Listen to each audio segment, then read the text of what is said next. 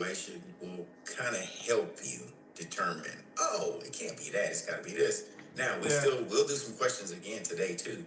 So we'll walk through a couple of them and kind of decipher, kind of weed out the noise, right? So we know what to concentrate on. Okay. Uh, Also, use your measure ups if you need to go back through there and take a look. See if I can double click on here. Take a look at some practice tests. There will be some scripting and some telemetry that will be seen to you. That will be in front of you on the CYSA Plus exam. And we talk about, man, Martin make a cup of coffee look very delicious. I need to get one. He'd be like, I'll be like, man, I need that swag. Listen. So this is what you got to do. The 101 labs, look at that. And do the measure up exams. Of course, y'all know that. Has anybody watched Certified Breakfast? Morning, Martin. I don't think I told you good. I don't think I have. Certified Breakfast is pretty cool. Not at the speed of Messer, right? But what I like about him, he really walks through the different things required of you. Just the plans, like playbooks and operating systems and run books. And when you're looking for anomalies in a network and how you should apply those things. He's really laid back, low key kind of guy, right? He doesn't rush it, he talks through. It's more like a conversation. So if you can get on that YouTube channel, Certified Breakfast, kind of listen to that, that'll help you out too. Okay. All right. Charles says, I'm getting worse at the practice test. What? You're not supposed to go backwards, my man.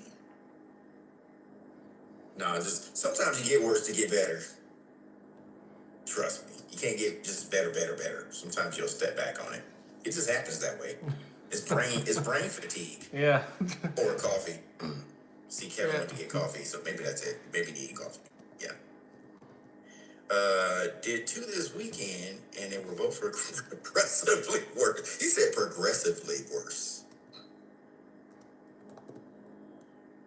Not like worse. He said no. It was progressive. That's too funny.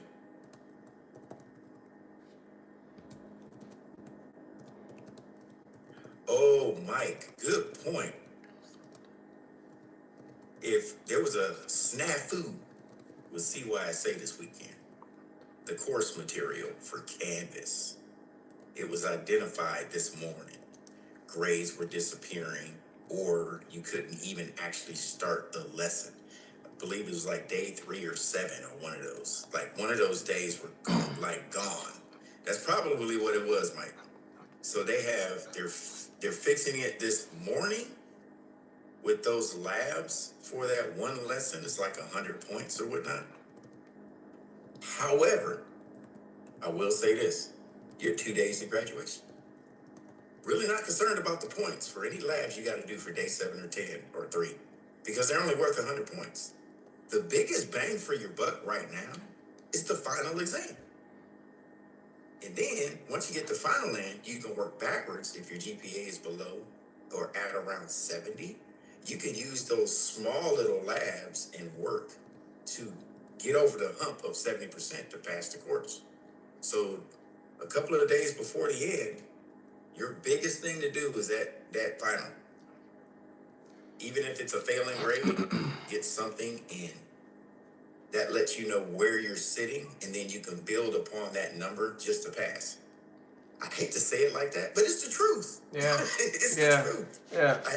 I'm just going to be honest. Okay. So get that knocked out and turn it in. And then we can say, okay, knock this out. This will give you a good percentage. I keep grading until you're over 70. And I'm like, get at it. Now we just need to concentrate on the exam. Yep. So that's the game plan. All right. Good stuff. Good questions. Good comments.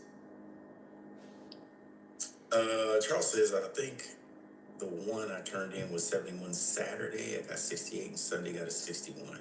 Oh, well, good thing I'll keep the grade of 71. We'll act like the other two didn't exist.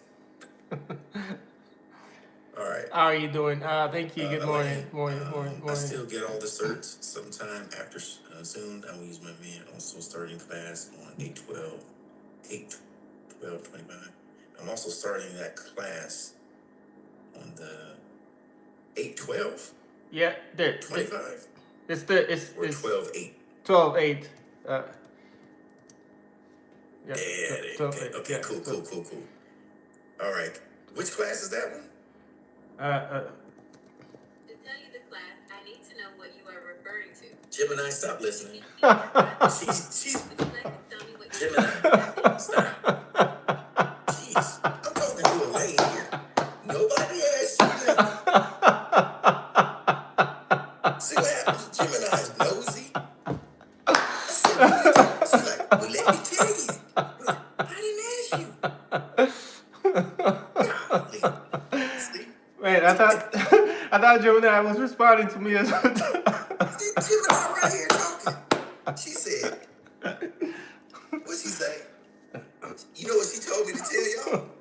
Let me just play it. This is what she said to tell y'all. It's on the screen. No! Come back. Nosy. To tell you the class, I need to know what you are referring to. Could you give me more context? Would you like to tell me what you were just discussing? Crazy? Oh my gosh. Nosy. She just mad because I shut her off this weekend. Just shut her up. By the way, since we're talking about AI spitting facts, exactly. They're going to take over the world. Michael says Gemini is nosy. Oh my gosh, y'all crazy. But since we're on this segue anyway, remember we used AI to create practice questions. You remember that? Yeah. So you could put in a prompt to AI. I think most of you had downloaded Gemini or you have Siri or something like that, right? Yeah, I did. Tell AI, please. I'm not talking to you, Gemini, so be quiet, because I'm not talking. Please create for me, right, 20 CYSA plus questions for review as a practice test. You can prompt AI to do that for you, right? But be specific about the exam, because what it does is searches the net, takes everything it knows about CYSA-003, and you can use prompts like based off of objectives. So whoever model you're using, please create for me a verbal exam based off CYSA-003.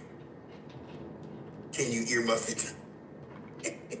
Based off 003 CompTIA objectives as a practice test, start now, right? And then they'll go ahead and do like whatever, how many questions you wanted. Yeah. And it's very interactive because guess what? They don't move on until you at least try 3 times, and then they'll probably AI circles back around and says, well, Elaine, that was a good shot, but this is what you missed. Boom, boom, boom, boom, boom, boom. Yeah. It's an amazing tool. You'd be surprised how much it helps you. All right. Morning, Aaliyah. So use that AI as practice tests and ask yourself some questions, especially ones that you are not grasping very well, or objectives you're not grasping very well. Is that cool? Yeah. All right. Another thing we need to address. The Bears won this weekend. Yes, Martin. Yes. I'm going to ask Martin, because Martin and Charles seems to be the on-campus sports guys. Yeah. So, the Dodgers won this weekend. Ice Cube held up the trophy. Now, Raiders blew it really bad. They lost by 1 point. Yeah. This dude kicked a a 70-yard field goal. You might as well say it was 70 yards. What happened, Charles? Yeah, to the moon. He says to the moon. This dude, that's an NFL record. I don't know if y'all not listening. I'm not even saying I'm a sports person. I keep up with sports to keep it conversational, right? Yeah. But I know for a fact that's the NFL record in kickers right now. I don't know what they eating, but in the past 15 years, they kicking further and further and further. I guarantee this gonna be a dude that's gonna kick it. Or lady. Is this gonna be a kicker that's gonna kick this ball one day from the 80-yard? I mean, well, it has to be the opponent's 40, right? Or 30, right? Yeah. It's gonna be like a punt, but it's gonna be a kick, like a field goal. True. One day, 68 yards. 70. Wow. He hit a 70-yarder in preseason. Wow. Did the 70-yard in preseason count? Maybe that's what I'm thinking about. But did that count? That doesn't count for stats, though, does it? Well. Yes, and congrats to the Dodgers. Yeah, I don't think it does. I think it's cool to see on paper, but it doesn't count. Yeah. But, man, you know what? It's going to happen. It's going to happen. Some coach is going to feel froggy and say, you think you can do it? And they're going to be like, heck yeah, coach. Get in there. I just want to see if you can do it. Yeah. But they're going to have to be winning, though. They're going to have to be winning, like, substantially, just to see if that makes sense. Yeah. All right, but enough about that. But congrats to the Dodgers as well. And we're moving on to the next. Okay, my sports peoples. What's the next sports that are in play right now? We're overlapping what? So we move on from hockey. Okay. Thanksgiving, and Martin says NBA. Not W. No, we just moved on from WNBA, right? Okay. Yeah. Aces won. All right, cool. So we got some things to talk about for the next couple of days. All right. Is there anything y'all need from me next 2 days? World Axe Throwing League. Hey, I hear axe throwing on the come up. They just built an axe throwing place here, actually, in Vegas. It's huge. Yeah. Wow. They just built a dodgeball complex somewhere around here, too. The Ocho, I was just about to say. I watched dodgeball on the Ocho. Yep. Oh, slap champion, Mr. T. You look like you be one. Yeah, I know you could slap somebody. He's like, yeah. Whoop, ah. Slap championships. Didn't Dana, what's his name, create the slap championships? The guy that created UFC. UFC.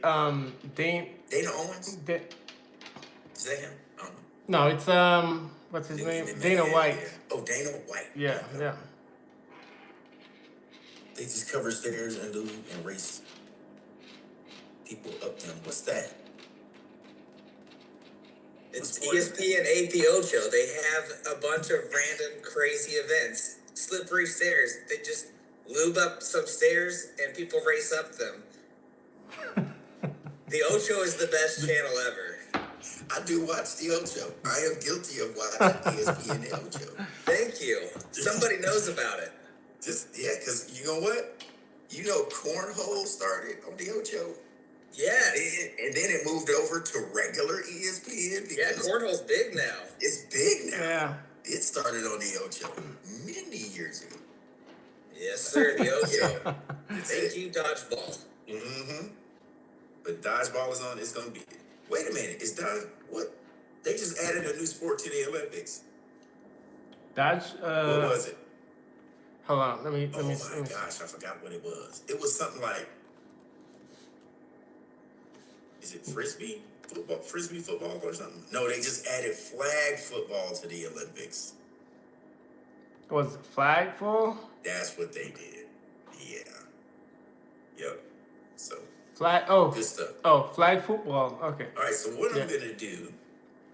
We'll let you jump in and get started. If there is anything I can explain better for you for concepts, because we will get into the domains this morning.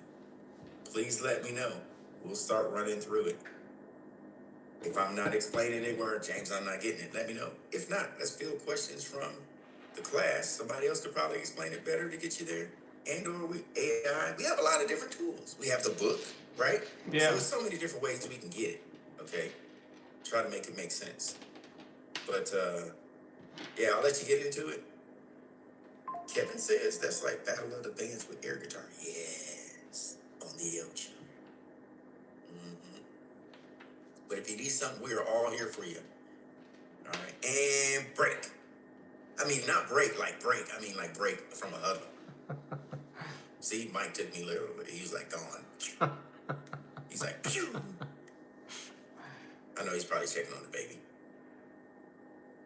All right. So I'll let you turn to.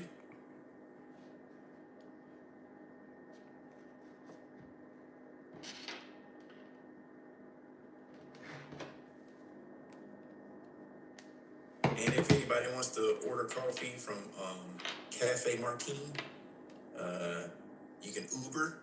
You can send a Instacart over there. His turnaround time is 30 minutes. So he makes coffee look cool. Show us that cup again, Martin. It's what I tell you. I need to get me a mug like that.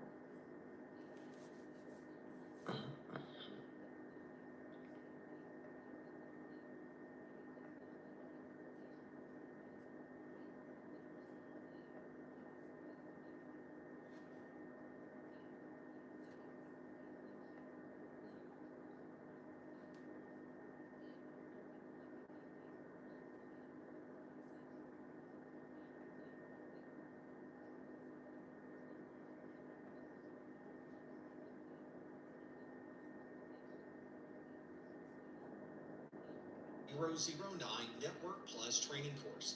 In this training course, we'll take you through everything you need to know to pass your Network Plus exam.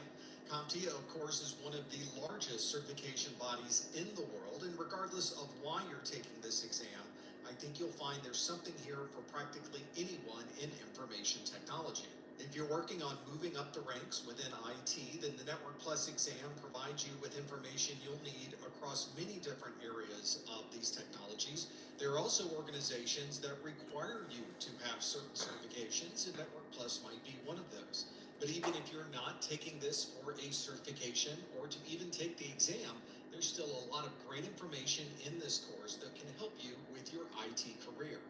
CompTIA stands for the Computing Technology Industry Association, and it is one of the largest vendor-neutral IT certification entities in the world. CompTIA certifications cover everything from basic IT all the way into detailed cybersecurity topics.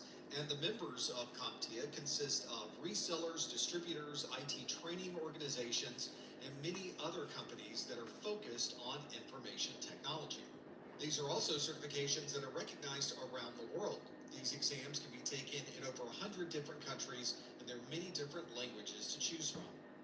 If you found your way to this Network Plus training course, you may already be familiar with myself and the training courses that we provide here at Messer Studios. Personally, I have been in information technology over 30 years with jobs that range anywhere from supercomputer operations through systems engineering, network analysis, network troubleshooting, and finally cybersecurity engineering. If you're looking for someone who is well versed in the intricacies of the technology, the industry, and what employers might be looking for, then you've come to the right place. If you look at our video course, you'll notice that there are a lot of individual videos. Those videos tend to be less than 10 minutes apiece. That way you can find exactly what you're looking to learn, focus in on those individual topics, and then if you need to watch some more, you have another 10 minutes available.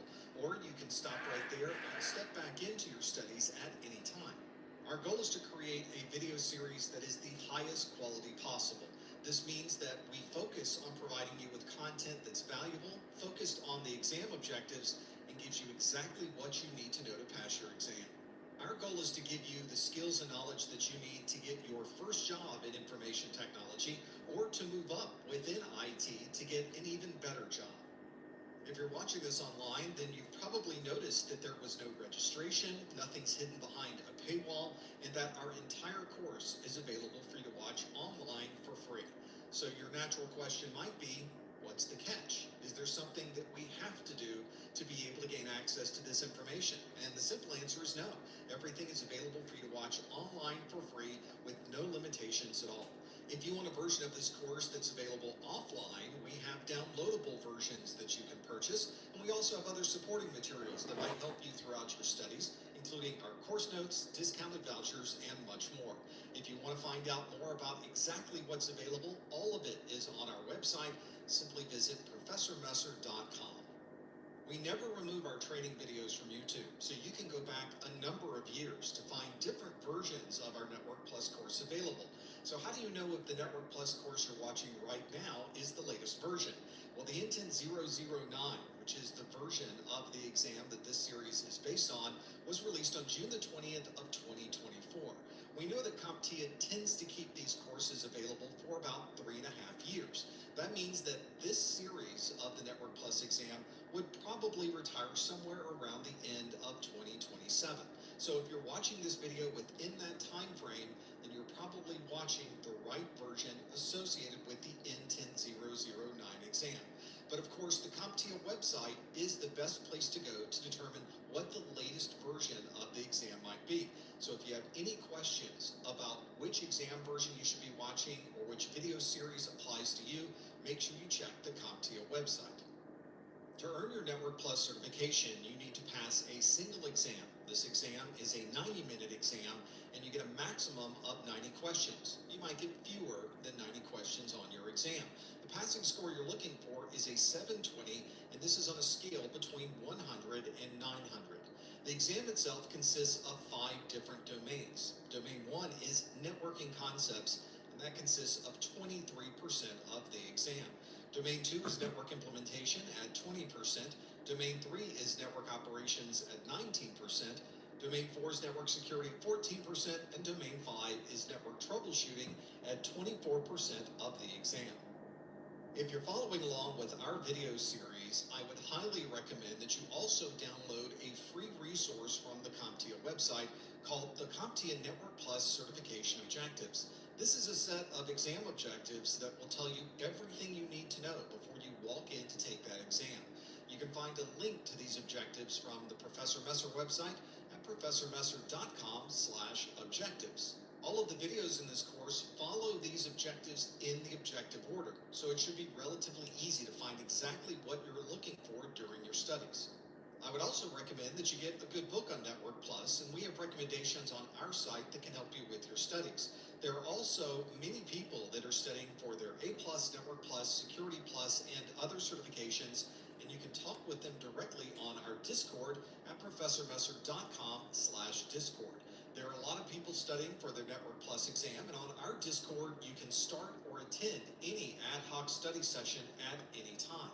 We also have other resources that can help you with your Network Plus journey. You can find those available on our website at professormesser.com/netplus-resources. So now you've got all the training materials you need to be successful with your Network Plus studies. We have our entire course available on our website for you to watch at any time. We also have our 24/7 Discord chat. We also include monthly live study groups. So if you'd like to join us for some interactive Q&A and your chance to ask any question that you would like in our after show, you can find those available on YouTube as a replay at professormesser.com/YouTube. And if you check our calendar on our website, you can join those sessions live. Now you've got everything you need to be successful with your Network Plus studies. Our video course, additional resources on our website, an entire community of people that are studying to get their certifications, and so much more is available on our website. Visit professormesser.com and join us in the next video as we begin your process through your Network Plus certification. Best of luck with your studies, and we'll see you in the next video.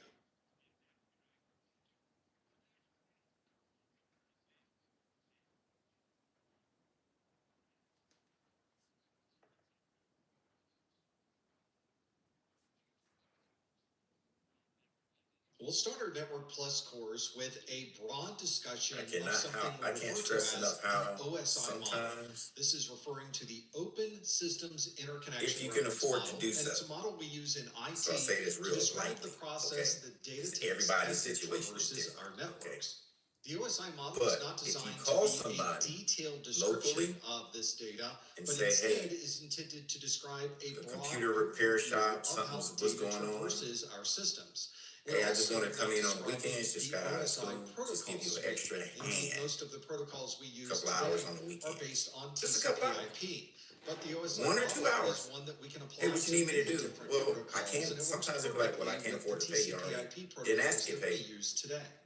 Also keep in mind that there are many different But protocols in exchange, that what I'd might like to do operate at is an for you to give me a individual reference layer letter of the OSI so I model. can put on my So as we resume step that through I an worked individual for layer, you. keep in mind there might be tens or even Does that make hundreds sense? of protocols So Yeah. now that you might have exist and work a at that quick, particular easy layer. come up By understanding this for like OSI a model, couple of we weeks can to a converse month with other people in information that you're technologies working in for a way a that we would computer all related understand. field, It and doesn't you can matter put if they're that on working your resume inside to of say your own after you company left or school, with a different organization. you When you continued mention your OSI layer experience with this 7 place. or Here's OSI a layer reference letter 4, you can call it. everyone understands what that means and what effect it has In my on field, the even overall in the PI operation field, of the I did a network. lot of work for If no we money. start at the top of the OSI But it layer got me or OSI layer 7 in the and work our way places down to and OSI working layer with 1, people we that have for layer years in my 7 being industry the never got a application chance to layer. Layer because they 6 didn't is do the stuff like that. presentation layer. Layer So 5 is the sometimes session it's layer. a Layer trade-off. 4 is transport. Layer 3 Sometimes is it's a network. trade-off. Layer 2 is Now, I'm the not data telling you link what to do. layer. I'm just putting And it out layer there. 1 I'm is just putting the it out physical there. layer. You know, each There are person many has to different figure out their mnemonics best that route. people use to Mhm. memorize But this. that does But help. if you start at the top and work your way down, you can take the first letter of each one of these layers, and you might have a term such as all people seem to need data processing. That's application, presentation, session, transport, network, data link, and physical. Let's start our conversation of the OSI model at the bottom of the OSI model, or layer 1. We We refer to this as the physical layer because it's describing the physical signals that we send through the cable and fibers on our network. At this layer, we really don't have many protocols to speak of because we're really just talking about getting a signal from one part of the network to another. When we refer to a physical layer problem with the network, we are referring to the OSI Layer 1 physical layer. This means that we might have a bad cable, a bad fiber, there might be interference on a wireless network, and it may require us to do a series of tests to determine if we are really able to get a signal across this particular wire or this particular fiber so that we can keep this network running. A lot of the troubleshooting that you do at layer 1 is running loopback tests, testing cables and fibers, and checking different adapter cards and other devices to make sure they're working properly on the network. One step up from the physical layer is layer 2, the data link layer. This is the fundamental layer that's used to communicate between two devices on the network. We often refer to this as the MAC address layer because that is the data link control layer, or DLC layer, that is commonly associated with the network cards that are in our devices. And most of the time, these are Ethernet adapters or wireless adapters, and we refer to that physical address on that device as the data link control address, or the MAC address. In this case, MAC address is not referring to an operating system, it's referring to the media access control address. So anytime you hear someone talk about a MAC address, they are referring to the hardware address of that particular adapter card. Since the network switches that we use on our network determine how to forward traffic based on the destination MAC address, this is a layer that we often refer to as the switching layer. So anytime we're referring to a MAC address, a problem with a switch being able to operate, or anything else that may be associated with this particular hardware address, we're referring to OSI Layer 2, the data link layer. The next layer up is OSI Layer 3, or the network layer. We often refer to this as the routing layer because this is the layer that routers use to determine how to forward traffic. And they are specifically looking at the destination IP address in order to determine what the next hop might be for traffic traversing the network. This is also the layer that we're able to fragment these frames into multiple pieces, especially if we're sending it across a network that may require smaller frames than what is on our local network. So we can cut those frames up into smaller pieces to be able to fit them through the network and then put those pieces back together on the other side. Anytime we're referring to a problem relating to IP addressing, subnet masks, anything related to an IP address or anything about routing, then we're probably referring to layer 3, the network layer. Layer 4 is the transport layer, and as the name implies, we're referring to the ability to transport information from one device to another. You might also refer to this as the post office layer because this is responsible for getting your letter or your information from one side of the network to the other. The protocols that are often used and operate at layer 4 of the OSI model is TCP, that stands for Transmission Control Protocol, and UDP, or User Datagram Protocol. These two protocols are commonly responsible for getting all of the information within our IP packets from one device to the other. In many cases, this involves taking a large amount of data, putting it into smaller pieces to be able to get it across the network, and then putting those pieces back together on the other side. Before we can send that information from one side of the network to the other, we may need to create a session so that a device is able to receive that data. Layer 5 is the session layer, and it provides communication management between point A and point B. Anything relating to the initiation of a session, stopping the session, or restarting the session can commonly be associated with that layer 5 session layer communication. If an application is using some type of control protocol or you're tunneling information within existing data, then you're probably using OSI Layer 5. OSI Layer 6 is responsible for putting all of this data into a format that we will eventually see with our human eyes. This refers to character encoding, application encryption, and decryption, and it's often combined and discussed in conjunction with the application layer at layer 7. Layer 6, or the presentation layer, is the layer that is commonly in operation just prior to us seeing this data on our screen. And the top layer of the OSI model is OSI layer 7, or the application layer. This is the layer that we see on our screen. So anytime that we are interacting with an application, we are operating at layer 7 of the OSI model. Common applications that would operate at OSI layer 7 are HTTP and HTTPS, FTP, DNS, POP3, and thousands of other application protocols.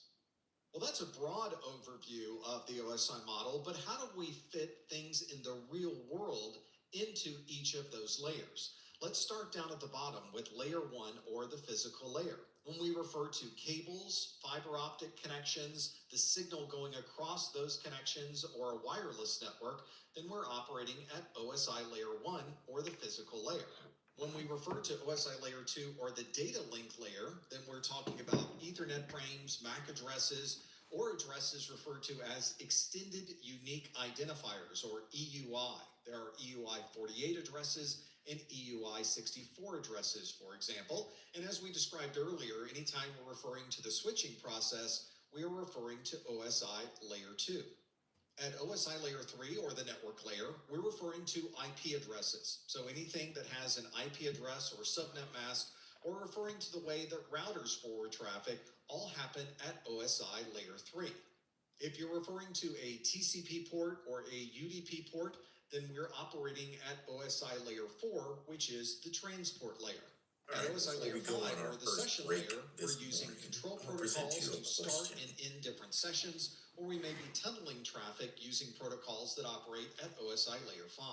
We often associate the encryption of application data with OSI layer 6, or the presentation layer. So if you're communicating to a website and you're using SSL or TLS to be able to encrypt and decrypt that data, that process is occurring at OSI layer 6. And at OSI layer 7, or the application layer, is where you are interacting with the application itself. Anything that you're seeing on the screen, the application itself, or any messages from the application are often referred to as layer 7 information. If you wanted to drill down a little bit further into the OSI model, you might want to capture some data on your network and view that data inside of an application such as Wireshark. I have a Wireshark protocol decode on my screen where I've captured data on my network, and this Wireshark has 3 separate windows that is displaying different views of the same data. The top window is a frame-by-frame breakdown. For example, I have highlighted frame 88 on this top window. The middle window describes more detail of what different information is contained within that single frame. And on the bottom window, we have a hexadecimal and ASCII breakdown of the data itself. Let's focus our view on this middle window, which is a summary of this highlighted frame 88. You can see that there are 5 different lines of data inside of this single frame, where the protocol decode has separated out the individual protocols within the single Ethernet frame. Let's start with the one at the very top, which describes frame 88, which has 2005 bytes on the wire, and 2005 bytes were captured by Wireshark. If you wanted to associate that line with the OSI model, that would be best associated with layer 1, or the physical model. Next down is Ethernet 2, which has a source MAC address and a destination MAC address. And since we are describing MAC addresses, everything within that line of the Wireshark decode is associated with layer 2 of the OSI model, or the data link layer. The next line down describes the Internet Protocol, or IP. And as we described before, IP fits squarely in layer 3 of the OSI model, or the network layer. And in fact, there are individual IP addresses listed here for the source IP address and the destination IP address. And you can see there is a DNS resolution here that shows that the IP address of 72.14.247.19 is also associated with googlemail.l.google.com. As we move down this list, we're moving up the layers of the OSI model, and the next one is the Transmission Control Protocol, which means we're communicating via TCP for this Google Mail communication. Since TCP is in this list, we must be at OSI layer 4, or the transport layer, and indeed you can see TCP port numbers for the source and the destination of this traffic.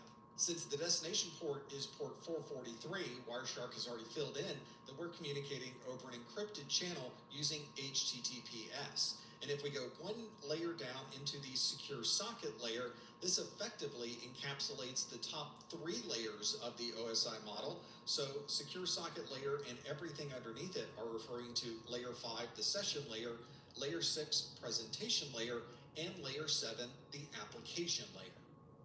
Here's a summary of that protocol decode broken out into the different layers of the OSI model. We had electrical signals at the physical layer. Layer 2 at the data link layer had Ethernet frame information. Our IP addresses were at layer 3 or the network layer. Our TCP encapsulation with our TCP port numbers is at the transport layer. Our session layer linked the presentation information to the transport. Presentation layer was obviously performing that SSL or TLS encryption and decryption, and layer 7 or the application layer is referring to that Google Mail front end and being able to send and receive emails using mail.google.com. Hopefully you're now able to see how this very broad description of an OSI model can be applied to practically any communication that's occurring over the network. And this allows us to talk with other IT professionals and communicate in a way where everyone understands exactly what we're referring to when we talk about a layer 1 physical problem or a layer 7 Which of the following application problem. are characteristics of an advanced persistent threat? First of all, we need to understand what an APT is. Who would like to? Charles, you got it? What's an APT? We can answer that, and we can see what's going on with the selections. These racks all together with a lot of different equipment installed in each one. Ryan, what you got? All of Kevin, these what you got? devices Jesus, work what you together got? to be able to Elaine, take data what you got? from one part of the network and move Mr. it T, he's to over there another brewing it part up. of the He's network. brewing it up. I Each see of him. these I see him devices is typing. installed for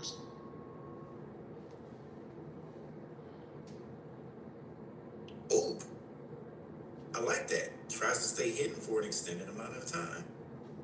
That is a result of an advanced persistent threat. Sneaky little fellas who get into your system and they constantly cover data. That's another good one. Jeez, I love it. I love it. Can be 0-day focused. Because that's where it starts. That's where it all starts. It can't start real bad at a 0-day because you don't even know what systems they got into. Are they still lingering? Did you really fix it or didn't? Or they made you believe you fixed it? Ooh, a lot of stuff come out of that.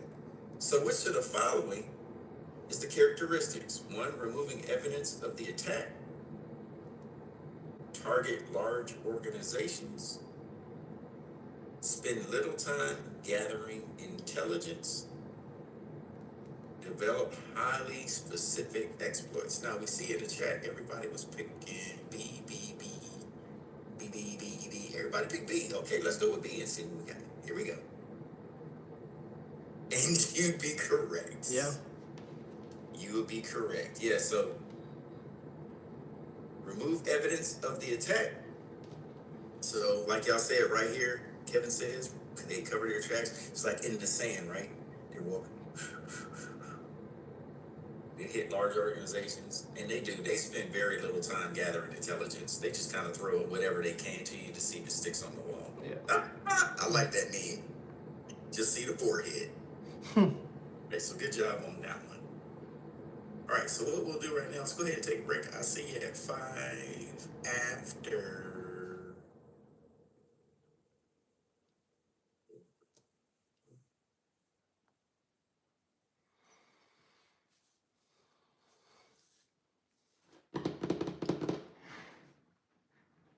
circuit. There are many different functions and capabilities inside of these switches, especially if you're using one designed for the enterprise. For example, many of these switches have the ability to include power on the same wires as your Ethernet connection, and we refer to that as Power over Ethernet, or PoE. And as we mentioned before, you may hear folks refer to this as a layer 3 switch if the switch includes some type of routing functionality built into the device itself.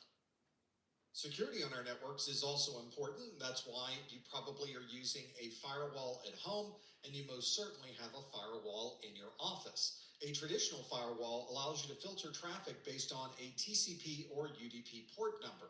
But if you have a more modern firewall, you're probably using a next generation firewall, or NGFW, which is able to identify applications traversing your network and allow you to manage whether that application should be allowed or not allowed on your network.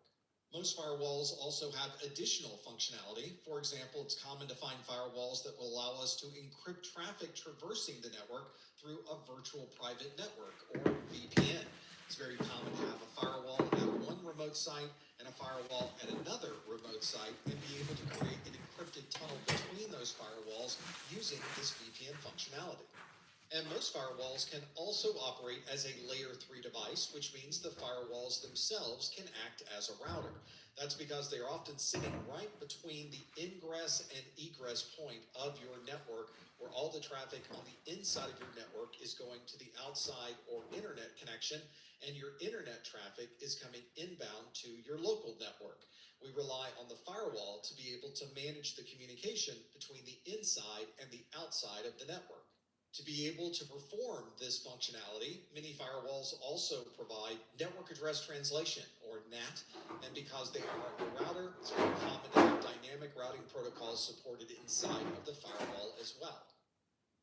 Many data centers might also have standalone IDS or IPS devices, although much of that functionality is also integrated into the more modern next generation firewall. IDS refers to an intrusion detection system, and the IPS refers to an intrusion prevention system. Both of these work in similar ways. They're looking for attacks that are inbound to your network and are able to identify, alert, and in many cases prevent that attack from gaining access to your network. These are commonly known attack types. These might be exploits against operating systems or the applications that you're using, and they might take advantage of known vulnerabilities with those applications or systems by taking advantage of a buffer overflow, a cross-site scripting vulnerability, or other known vulnerabilities to those systems. If you're using an intrusion detection system, it's able to alarm or alert if it ever sees any of these inbound attacks. If you're using an intrusion prevention system, it's able to go a step further and block that particular attack before it gets inside of your network. Since an intrusion detection system is not able to block that traffic, it's very common to see an intrusion prevention system used on our enterprise networks. If you've ever used a website that may be accessed by millions of people every day, you may be wondering how that site is able to remain up and running without any type of downtime. In most cases, it's because that site is using a load balancer to be able to distribute that load across multiple physical servers. As the end user, you may have no idea that this load balancing is taking place. If you're looking at the data center for this organization, you might find a large number of web servers or database servers and farms that can be used in conjunction with this load balancer to maintain uptime and availability. These load balancers are also very good at identifying any outages to these servers. So if one of the servers happens to fail due to a hardware error or some kind of software problem, the load balancer can recognize the issue, take that server out of the rotation, and continue to provide access to these services using the remaining devices that are connected to the load balancer. Here's a common design for a load balancer where users on the internet would be accessing a service at a location. To the end user's perspective, they're accessing a single server, but they're really accessing a load balancer that is distributing that load between multiple servers inside of that company's data center. These load balancers can also optimize the communication. For example, it may perform TCP offloading so that the communication to all of these servers on the inside of the network are occurring as quickly as possible. These load balancers can also act as an SSL offload, which means that they will provide the encryption and decryption capabilities instead of having the servers themselves manage that process. Data might also be cached on the load balancer, so requests made to the load balancer can be answered immediately instead of going all the way down to the server to provide that data. And load balancers are also very good at prioritizing different types of traffic over others. There might be certain web pages that have higher access than others, and you can commonly perform that prioritization using quality of service, or QoS. Load balancers can also provide application-centric load balancing, where certain pages may be located on certain servers, and all of the requests to those pages would go exclusively to those individual servers. Many organizations have security concerns about individual users being able to directly communicate with a server or service that's on the internet. One of the ways that the organization can manage these connections is by putting a device in the middle of this conversation called a proxy. This proxy is responsible for taking the user's request, performing that request on their behalf, receiving the answer to that request, verifying that the answer doesn't contain some type of malicious software or malicious code, and then providing that answer to the end user. That is the purpose of a proxy, to sit in the middle of the communication and make that communication on the user's behalf. Since the proxy is sitting in the middle of the conversation, it's a perfect place to do caching. So the user can make a request to a web server. If that request has already been cached by the proxy server, the answer can go right back to the user without having to access the internet. We might also provide access control from the proxy server so that we can request a username and password from the user in order to gain access to the internet. From that point, we might want to filter URLs or perform some type of content scanning to make sure that the user is not receiving any type of malicious software. Some proxies require you to configure the operating system or the applications that you're using to identify the proxy and be able to use that to send and receive communication. But not all proxies work in that explicit manner. There are also transparent proxies that will work invisibly without making any changes to the operating system or the applications in use.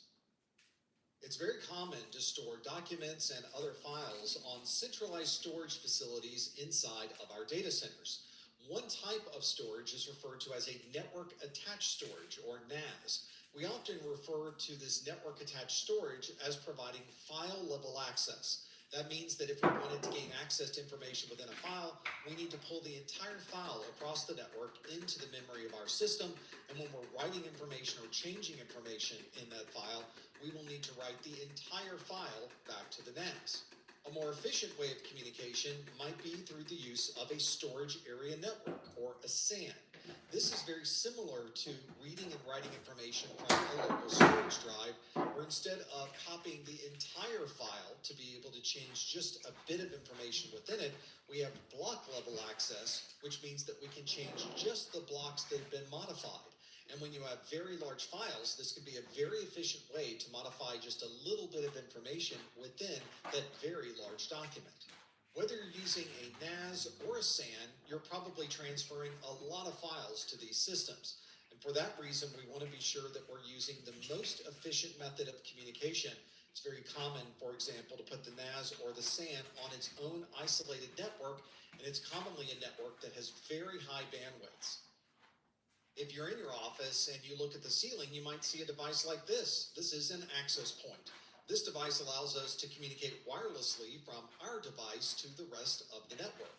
This is not the wireless router that you might be using at home, which is a router and a wireless access point and a switch in the same device. When you're in larger enterprise environments, you're usually using a device that is purpose-built for a single function, and having an access point means that we're using this for wireless communication and wireless communication only. On the other side of this wireless access point is very commonly an Ethernet connection. So this is bridging communication between the wireless network and the wired Ethernet network. That's why we refer to access points as an OSI layer 2 device, or a data link layer device, because it's making that translation between the 802.11 wireless network and the 802.3 Ethernet network. In most businesses of any size, you probably have more than one access point. That's because you probably have a very large building or series of buildings, and you need to be sure that everyone is able to access that wireless network wherever they happen to be inside of these buildings. But this means that we have to manage many different wireless access points wherever they might be in our local network or in a remote site network. And we might need to manage security settings, access policies, and other configuration parameters within that access point. We also have users that may be very mobile and moving between different parts of the building or moving from one building to the other, and we need to make sure that they can seamlessly roam from one access point to the other so that they are always connected to the network. Instead of connecting to each individual access point to make these configuration changes or manage this process, we can have a centralized management tool that allows us to manage all of our access points from one central place. This is a wireless LAN controller, and it gives us that single pane of glass so that we can manage the entire infrastructure while we're sitting in one chair. From this single device, we can deploy new access points with a full configuration. We might want to set up performance or security monitoring and be alerted if we happen to see anything across any of our access points. We can also take any changes that we need to make and deploy those automatically to all of our access points with one click of the mouse. This also allows us very commonly to create reports on how much our access points are being used and be able to understand if we need to update or change any of our access point locations. These are often proprietary systems, so if we have an access point from one particular manufacturer, then we're also using the wireless LAN controller that is also from that same manufacturer.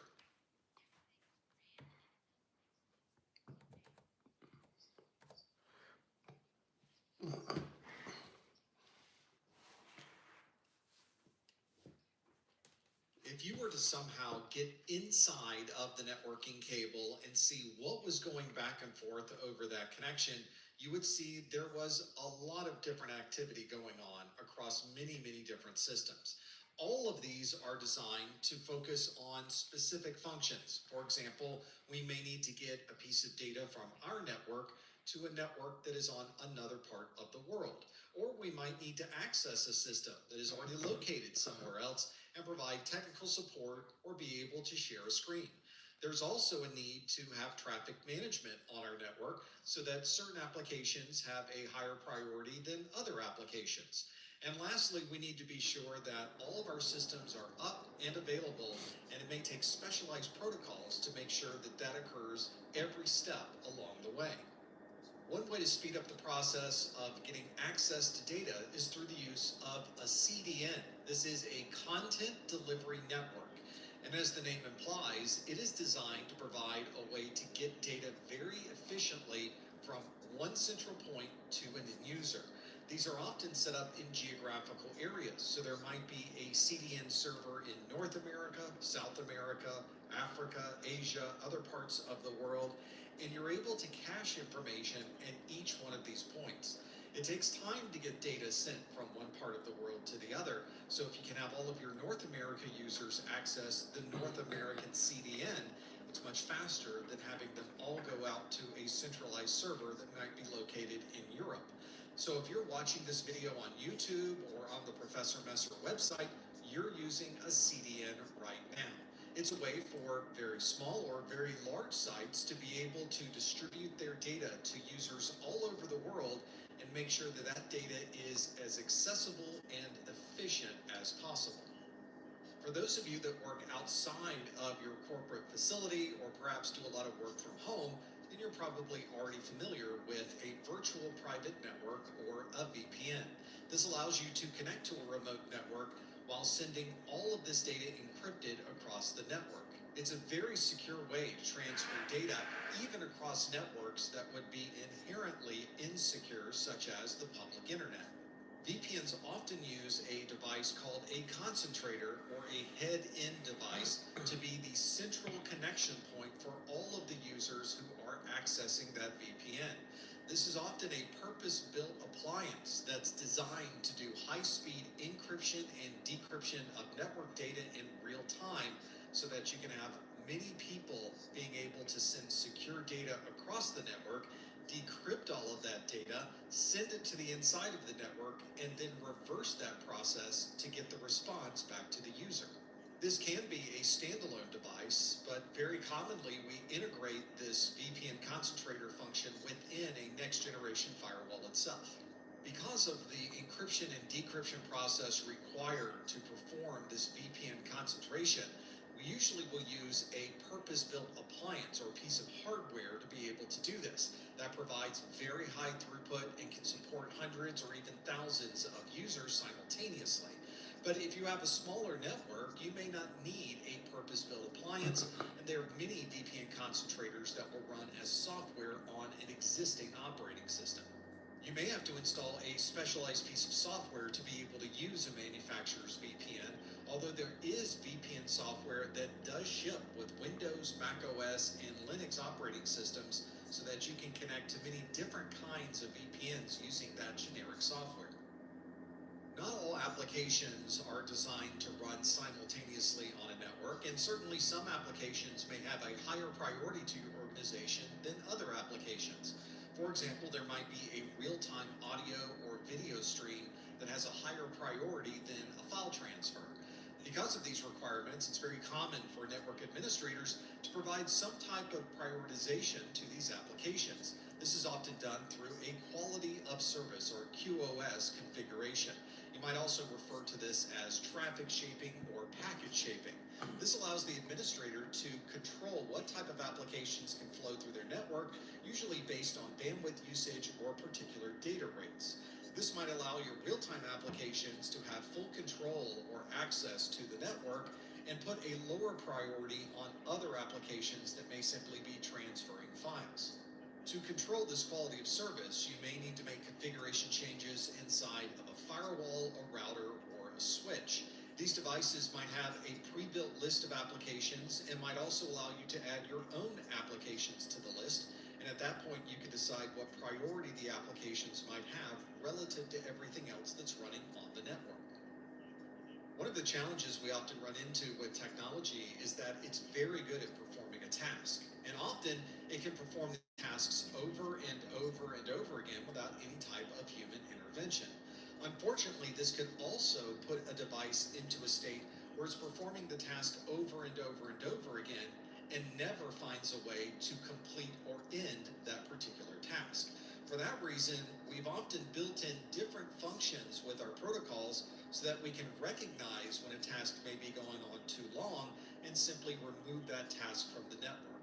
One common way to provide this identification is through the use of a time to live, or TTL. A time to live is effectively some type of timer.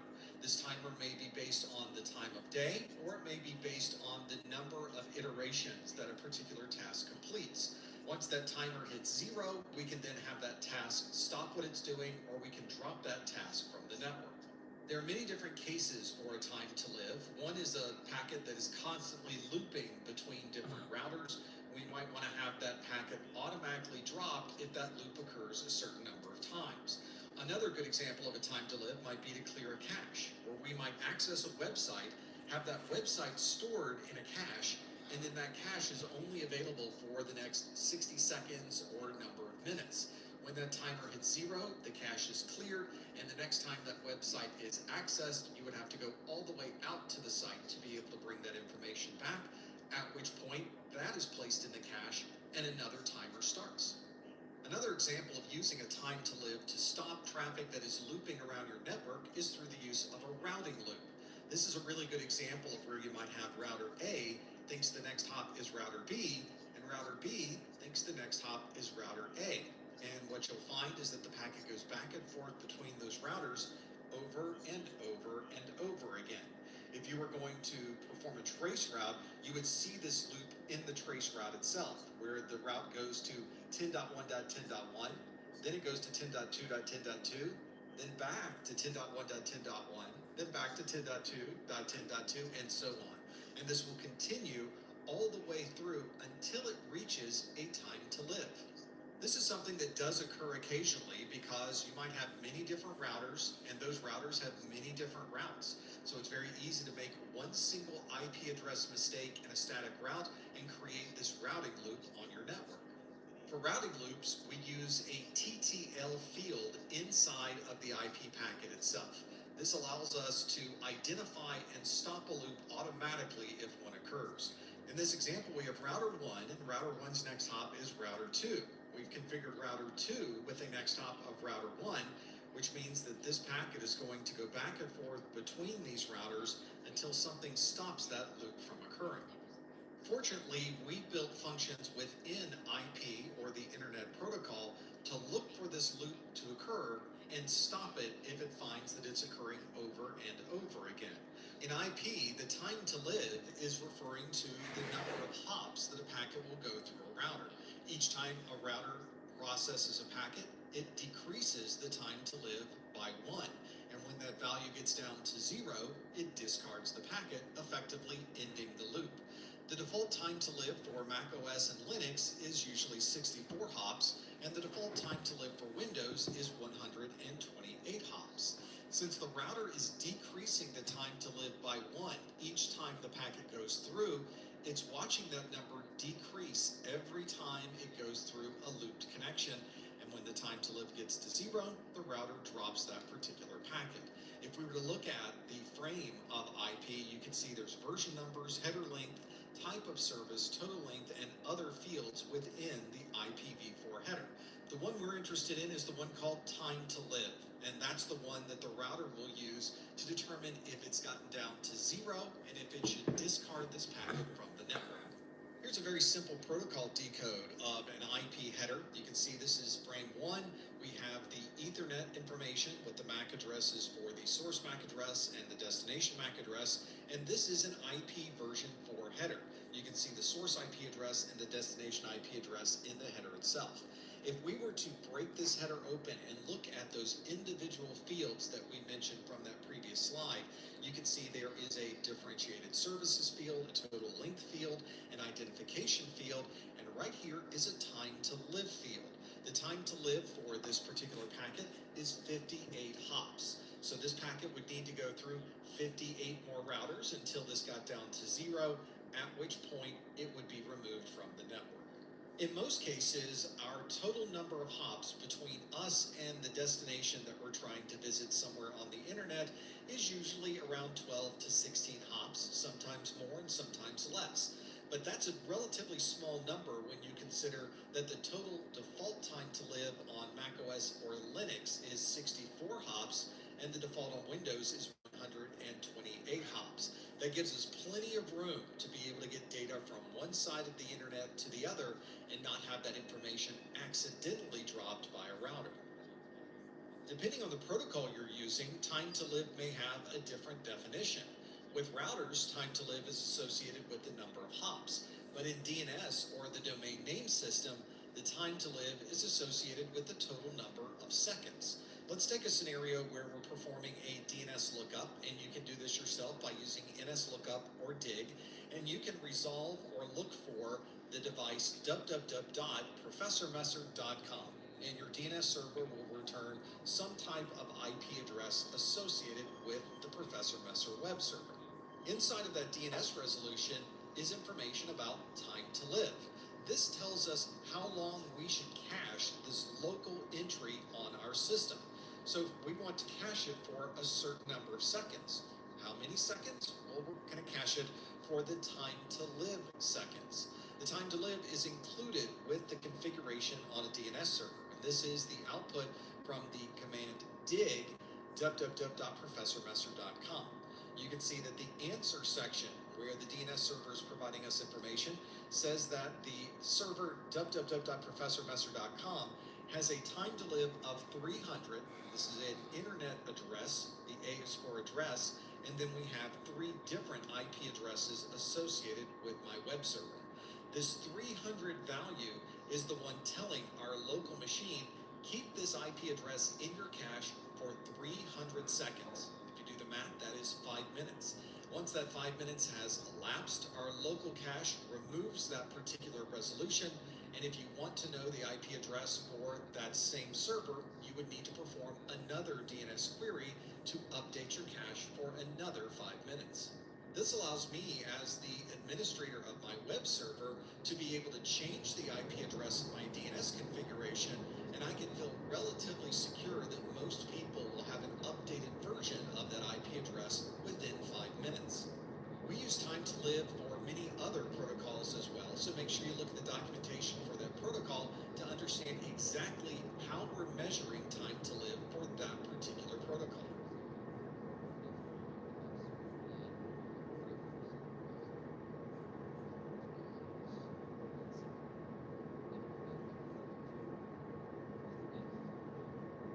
Cloud computing has undeniably changed the way we approach technology.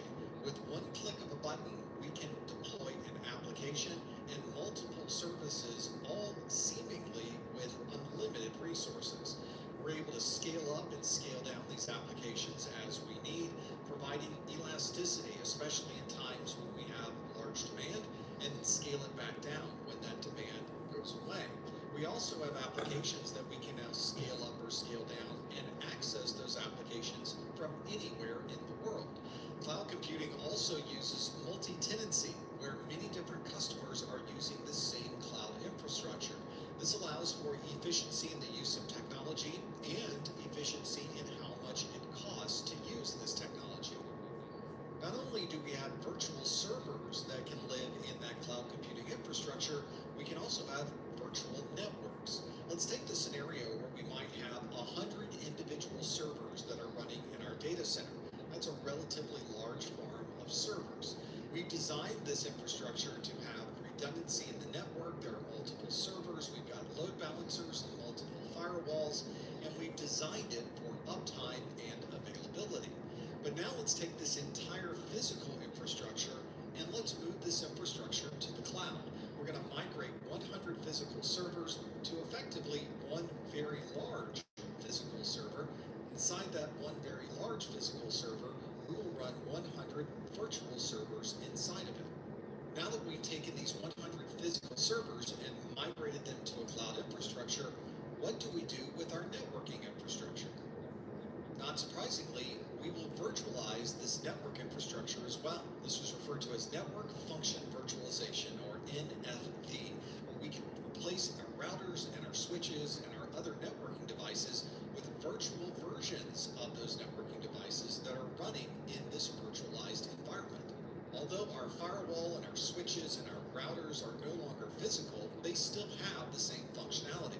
We can see those devices, our network interfaces, and everything about the network configuration all from our hypervisor. So we have the same functionality, it's just now in a virtual appliance. Just as we're able to push a button and deploy a new server, we can push a button and deploy a new firewall or a new switch or make a router configuration all within this virtualized world. This gives us a lot of flexibility for deploying applications, designing the network connectivity for those applications, and connecting our different cloud infrastructures wherever they might be in the world. A common application instance inside of a cloud infrastructure might include a web server, a database server. There could be load balancers, virtual switches and routers, and virtual firewalls. All of these will run inside of a virtual private cloud, or a VPC. It's very common, especially in larger environments, that you would have separate VPCs for different application instances or different parts of the company. This allows you to keep all of these systems separated, but still allow you to manage all of them as individual virtual appliances. Although these VPCs may be different application instances, we might still want to have devices within those separate VPCs be able to communicate with each other. To provide that communication, we need a device in the middle called a transit gateway to be able to connect all of these VPCs together. You can think of this transit gateway as a cloud router that allows us to connect and allow communication between all of our different VPCs. If you need connectivity to these VPCs from the outside, you may need to add additional security in the form of a VPN connection. This allows someone who may be at a remote site to be able to bring up a VPN tunnel, connect to the transit gateway, and effectively have communication to all of your different VPCs. It's very common to use a VPN at a remote site or from a user's workstation to be able to gain access to these private VPCs. But there may be times when you want to make your application instances available to anyone on the internet. In that scenario, you might want to use a VPC gateway, or what we refer to as an internet gateway, so that users anywhere in the world will have access to your applications. We might also want to have these devices in each of our VPCs communicate outbound over the internet to other resources. We would use a VPC NAT gateway to provide this communication, and the NAT stands for Network Address Translation. Our VPCs and the private networks that we're running inside of those VPCs can translate to a public IP address to be able to communicate out over the internet. This includes security rules so that your VPCs can connect outbound to internet resources, but you may not necessarily allow inbound access from external devices. And it's not uncommon for many organizations to use multiple cloud providers, but still require connectivity between those cloud providers. We can provide that connectivity through the use of a VPC endpoint, where we create a direct connection from a VPC on one cloud provider to a VPC on another cloud provider. Here's an example that has a number of different VPCs. We've got a virtual private cloud with a public subnet for public applications that people can access from anywhere on the internet. We also have a private subnet on this same cloud provider where we have a private virtual machine. Well, if we have a different storage network, which certainly could be at a different cloud provider, that cloud storage can easily connect to the public subnet over the existing internet and using a VPC internet gateway. But our private subnet is not accessible from the internet, so we need to add a VPC endpoint that will allow our cloud storage to communicate directly to what is a private subnet and virtual machine. Many cloud providers will include additional security that you can layer on top of your VPCs. Security groups and lists are effectively a firewall that's created for your cloud-based services. This allows you to control what traffic can go outbound and inbound to your VPCs. Most of these are based around a series of port numbers and protocols. So you can define a TCP or UDP port number and add that to your inbound or outbound rules in your security groups. You can also add layer 3 addresses to this, so you can add IP addresses that are individual addresses, maybe an entire block of addresses using CIDR block notation, or specify IPv4 or IPv6 ranges directly within your security groups. This is very similar to configuring a traditional firewall, which operates looking at TCP or UDP port numbers.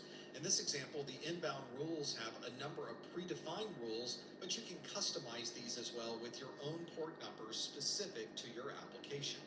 In your cloud provider's front end, you would include in your network security list the list of rules that you would like to assign. For example, I have a rule that is inbound using TCP port 443, and any IP address is allowed to communicate inbound with that rule. I have another rule that's an inbound rule for TCP port 22, and it's the same broad range of any IP address. Once you define your network security list, it will be applied to all of your virtual private clouds. You can see that I have a virtual cloud network for subnet X, subnet Y, and subnet Z. These very broad network security lists will automatically be assigned to each one of those individual networks. One of the challenges with these network security lists is that they don't provide a lot of granularity. When you configure a network security list, it's automatically assigned to all of your virtual cloud networks, even if you don't need that particular rule in that cloud network, and even if you need additional rules for one of the individual cloud networks. Fortunately, there are ways to add additional granularity using a network security group.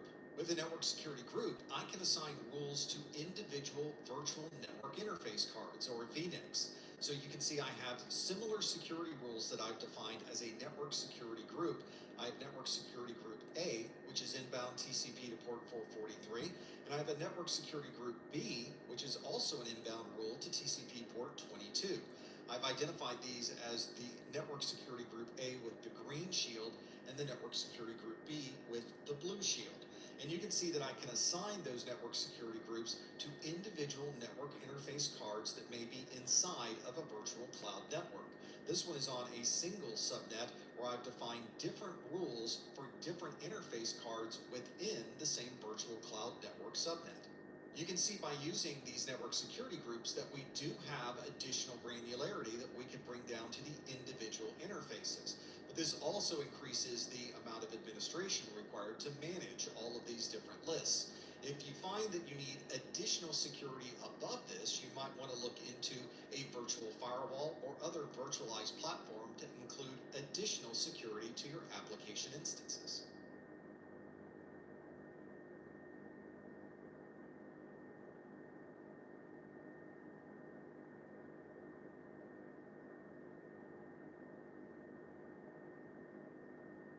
When you're deploying a cloud-based application, you also need to consider who will be accessing that application and from where.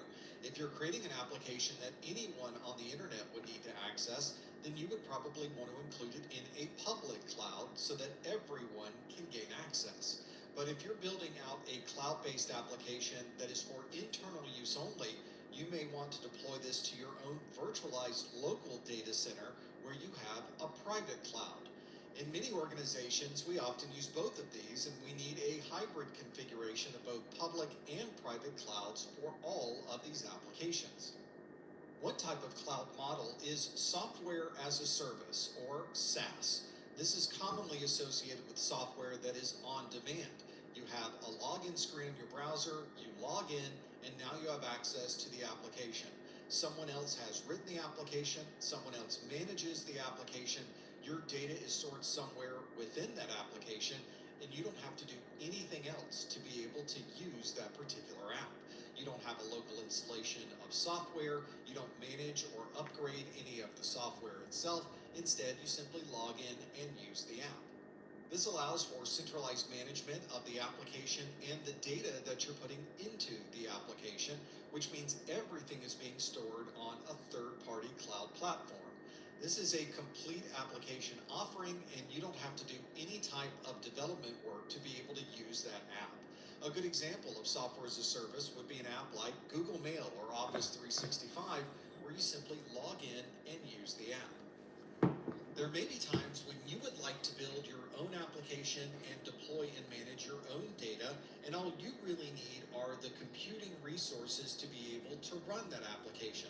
In that model, you want to use infrastructure as a service, or IaaS. Sometimes you'll see this referred to as hardware as a service, or HaaS, because you're effectively using hardware in the cloud and then using your own software on top of that. This means that you would be responsible for installing your software and managing all of the data associated with that software. If the software needs to be upgraded, you would be the one to upgrade it on your infrastructure as a service model. The application that you're using and the data that you're putting into that application is still in the cloud, but you have much more control over the access and security of that data when you're using infrastructure as a service. A good example of infrastructure as a service is with web service providers, where you can buy time on a particular web server and they make that server available to everyone on the internet. A middle ground between software as a service and infrastructure as a service is platform as a service, or PaaS. This is still in the cloud, but you're the one who manages all of the development efforts to customize the application to your specifications. The cloud provider gives you all of the tools necessary to build this particular app. You can think of this as a series of building blocks provided by the platform as a service infrastructure, and then you build out those blocks to create your own application. The underlying engine that runs the application is the responsibility of the platform as a service provider, and your responsibility is to build and maintain the apps that are running in platform as a service. A good example of a platform as a service infrastructure would be something like Salesforce.com, where they give you all of the tools necessary to create a customized application running on the Salesforce.com platform. Here's an example of a cloud responsibility matrix that you might find with any cloud service provider. In this chart, I've separated out software as a service, platform as a service, infrastructure as a service, and then an on-prem device that you would manage yourself. Obviously, with on-prem, everything from the data to the applications to the physical data center are all the responsibility of the customer. But with infrastructure as a service, you have the physical data center, the physical network, and the physical hosts, all provided by the cloud provider, and then you handle all of the other pieces of that particular application.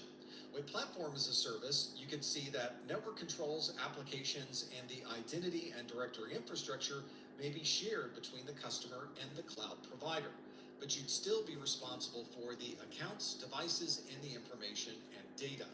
With Software as a Service, much more of these are provided by the provider themselves. For example, everything associated with the applications is clearly in the responsibility of the provider. Everything above that would still be the responsibility of the customer. So depending on the type of infrastructure you want and the type of responsibility that you're willing to take on, you'll need to pick the right cloud model for your application deployment.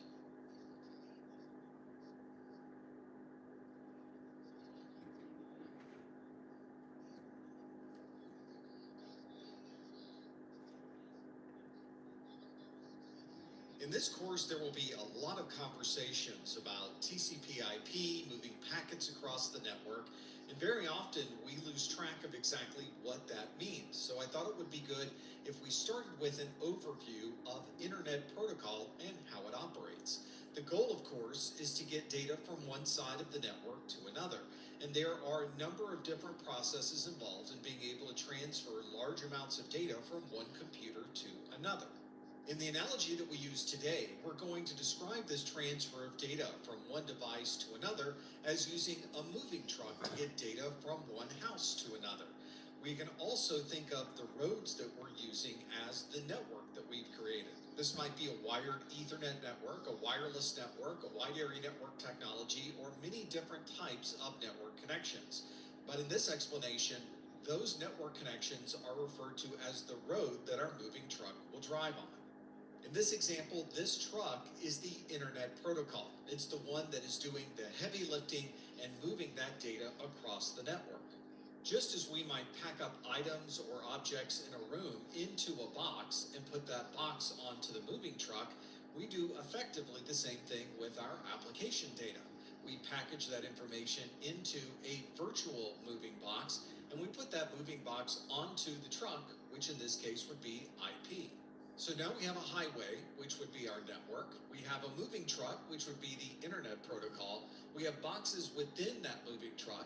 We commonly refer to those boxes as the TCP or UDP protocol. And then inside of those boxes is application data that we need to transfer from one device to another.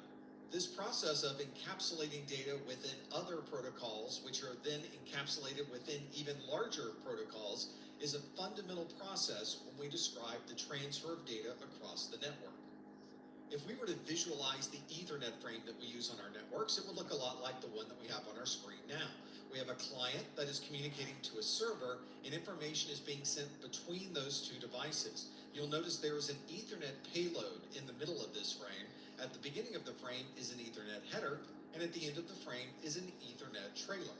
If we were to provide a little more detail about what's inside of that Ethernet payload, you would see there would be some IP information, and within the IP header, the rest of the packet has the IP payload. Deconstructing this further, you can see that the IP payload consists of a TCP or UDP header, and inside of that part of the packet is the TCP or UDP payload. So if we were to look at a protocol decode of a single frame on our Ethernet network, we would see an Ethernet header. Inside that Ethernet header would be an IP header. Inside the IP header might be a TCP header, which would hold HTTP or website data. And then finally, at the end of the frame, we would have the Ethernet trailer. You'll notice that inside of that IP header, we had either TCP data or UDP data. So it might be useful to break out those two protocols and describe what the differences might be. Both of these protocols are very similar in their function. They're obviously moving data from one device to another, but the internals of how those protocols work are a bit different between the two, and an application will use the one that makes sense for its particular function. If you recall our video on the OSI model, you'll remember that TCP and UDP operate at OSI layer 4, or the transport layer. It's in this layer that we're able to send many different applications across the network simultaneously between exactly the same devices.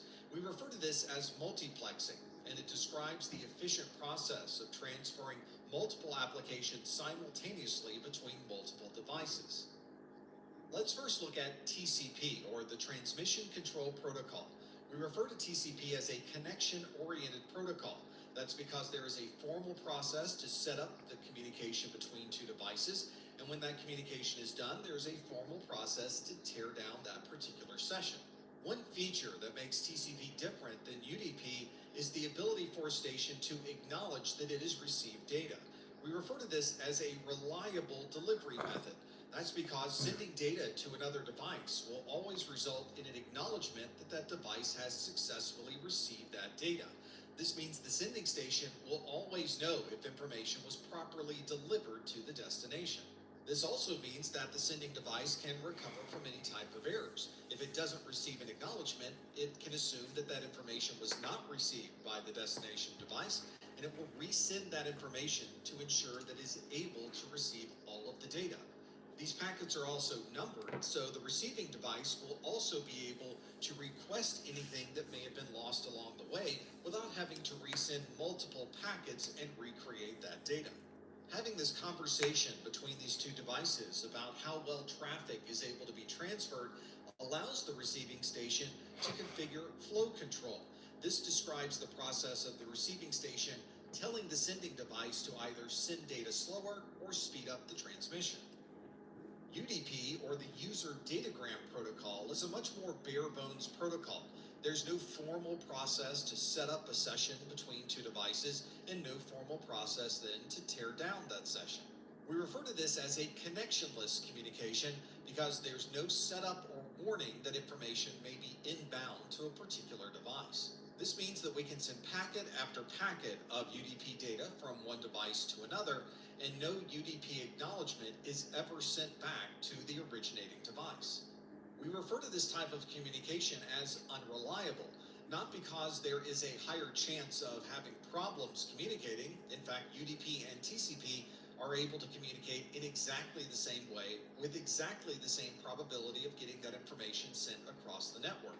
The difference is that we don't receive any acknowledgments when using UDP, so we can't guarantee that that information has truly been delivered.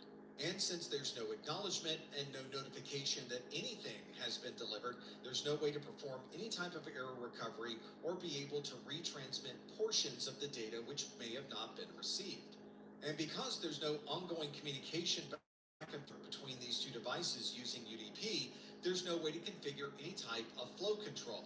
The receiving station can't reach out and tell the sending station to speed up or slow down because nothing is ever sent back to the originating station.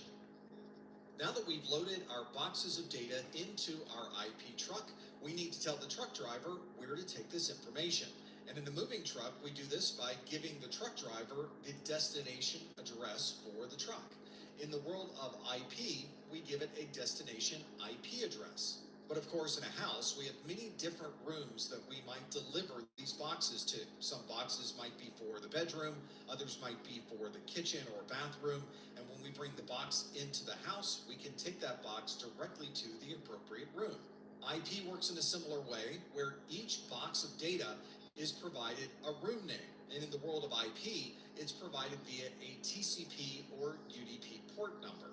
Instead of having bedroom, living room, kitchen, or bath, there will be a number associated with that data, such as port 80, port 443, port 123, or port 25. When those TCP or UDP boxes arrive at the house, we simply look at the TCP or UDP port number and deliver that box to the appropriate application running on that server. If you were to look at a protocol decode of IPv4 traffic being sent over the network, you would see a set of IPv4 sockets for the server and for the client. This socket is a combination of data that consists of an IP address, a protocol, which would be TCP or UDP, and then there would be an application port number. For the server side, there would be a server application port number, and on the client side, there's a client port number. Once both sides of the conversation know what the IP address is, they know the protocol, and they know the port number this members is of just both the a server couple and the refresher client videos, were able to quick send hitters, information properly to between both look devices at to the logging appropriate and some application. security measures. If you were to look at well-known applications that When are we're looking using at TCP or CYSA UDP, plus you'll notice that 003, many of those port more numbers are defensive from 0 posture, but through it's a reminder of some different things that 1023. you can look We in. refer to these Look as into logging non-ephemeral levels and ports, things which of means that they nature. are permanent port So what we'll numbers. do is If for the we last need to 15 communicate to a minutes, web show some server, we're almost always quick going to hitter use port information. 80 and When we port get back from break, we'll 443. start jumping Those are into the very common objectives, and the permanent port domains, numbers that you would and find start on going almost over any some web domain server. information. On the as client well. side, we tend to use port numbers on a temporary basis. We refer to those Monitoring as creates massive ephemeral amounts of ports. data Those are output that ports that are cybersecurity commonly analysts must associated wade with through when attempting to 1024 conduct log or reviews as part of an incident response effort. 65,535. Fortunately, Although it's very monitoring common to technology find provides ways for us to applications using automate some of this non-ephemeral work. ports and clients using Log files ephemeral come from a ports, variety of different the reality is sources, and device each of these data can sources use any contains port number information that may be useful Although we in incident commonly response. associate servers Network with logs, and in non-ephemeral particular ports and NetFlow clients with data, ephemeral tells us ports, about the systems the on a reality network is that you can communicated find with each application other and the servers amount of using information port that they numbers within exchanged. ephemeral This can be port crucial in ranges. identifying So you can see systems this is involved not in a hard, security fast incident. rule, but instead Similarly, broadly DNS logs describes provide the way information you about use those network port name numbers lookups, on our offering network. insight into which systems Anytime may you have see a communicated TCP or with UDP external port, it can be systems. a number between System 0 logs and provide insight into the inner workings of the operating 65,535. system, That is a recording lot of security room to events be and other able to activity on the use system that different might port reveal numbers details for of an different attack. applications. On Windows Most systems, these are servers, called as we event mentioned, will logs. use non-ephemeral Application or logs provide non-temporary similar port numbers, information about but that's activity not that always occurred at the the case, and you application could level, see including applications application using port numbers logins and that are access in to the data. ephemeral port range. Web application Remember logs that might changing tell us about port SQL numbers is injection simply a attacks way or to other malicious designate activity. what room inside the Authentication house logs will be help us receiving determine that who may have particular used a data. centralized It's used authentication for service communication. and what This is not internal a and security external systems and mechanism. applications It's they simply a accessed firewall through to that decide service. whether traffic is Other joined, specialized allowed, log or files also disallowed play through the important network. roles. And For simply example, changing the VoIP port and number call manager doesn't logs provide increase or insight into the decrease nature of anytime traffic on the network network security. using SIP, If you're the connecting Session to a web Initiation server, Protocol. your browser In addition to these log automatically files, knows that cybersecurity investigators may make use of dump files from network traffic, memory analyzers, and other sources of raw security information. Vulnerability scan output can also assist in incident response, providing clues about what vulnerabilities attackers may have targeted on a system. One of the most important technologies that supports log monitoring is a protocol called syslog. Syslog has been around for a long time. It actually dates back to the 1980s, but variants of it are still in widespread use today. The syslog standard defines a very simple format that's used to create standardized log messages. Each message consists of 4 components. The header is the first component. The header contains information about the time and source of the message. This includes a timestamp, as well as the IP address and process ID that originated the log entry. The facility is a 24-bit code that describes where the message came from using a number between 0 and 23. For example, facility 0 indicates that the message came from the kernel, facility 1 indicates a user-level message, and facility 2 indicates that the error came from the mail service. The third component is the severity, which indicates how serious a message is. I'll explain this more in just a moment. And the fourth component is the message itself. This is where the process that creates the log entry can include information that explains the purpose of the message. Now, I just told you that the severity level of a syslog message ranges from 0, an emergency, down to 7, a debug message. As the number gets higher, the severity of the message decreases. It's common to use severity as a filter when analyzing syslog messages. For example, I might set an alarm to notify administrators when a log server receives a syslog message with severity 2 or lower, indicating that the situation is critical or worse. This chart shows the definitions of each syslog severity level. Syslog is supported by default on all Linux systems, and it's the de facto standard for sending and receiving log messages between applications, systems, and devices. Syslog forms the foundational core of many security tools, resource monitoring tools, performance managers, and other security services. Now, there are actually 3 different versions of syslog out there. The original syslog is actually rarely used today because it's been replaced by newer standards. The first of these, syslog NG, added encryption and reliable delivery to syslog in 1998, and this was further enhanced by the rsyslog standard in 2004. Today, most Linux systems support either syslog NG or rsyslog. Now, if that isn't confusing enough, there is another tool out there called journal.ctl that stores log entries on Linux systems using the journal format. While syslog uses text-based logging, the journal format uses binary files. Now, as we manage log entries, one of the most important considerations is the retention of those logs. Logs take up space, and we generally don't keep them forever, but we also want to preserve them long enough that we have them if we need to dig back into history as part of an investigation. Log retention decisions should be made deliberately, and they have to balance security needs with the cost of maintaining logs. Tagging is another important log management concept. We can tag log entries with different fields, such as the name of the application generating the log, the user involved, and other metadata.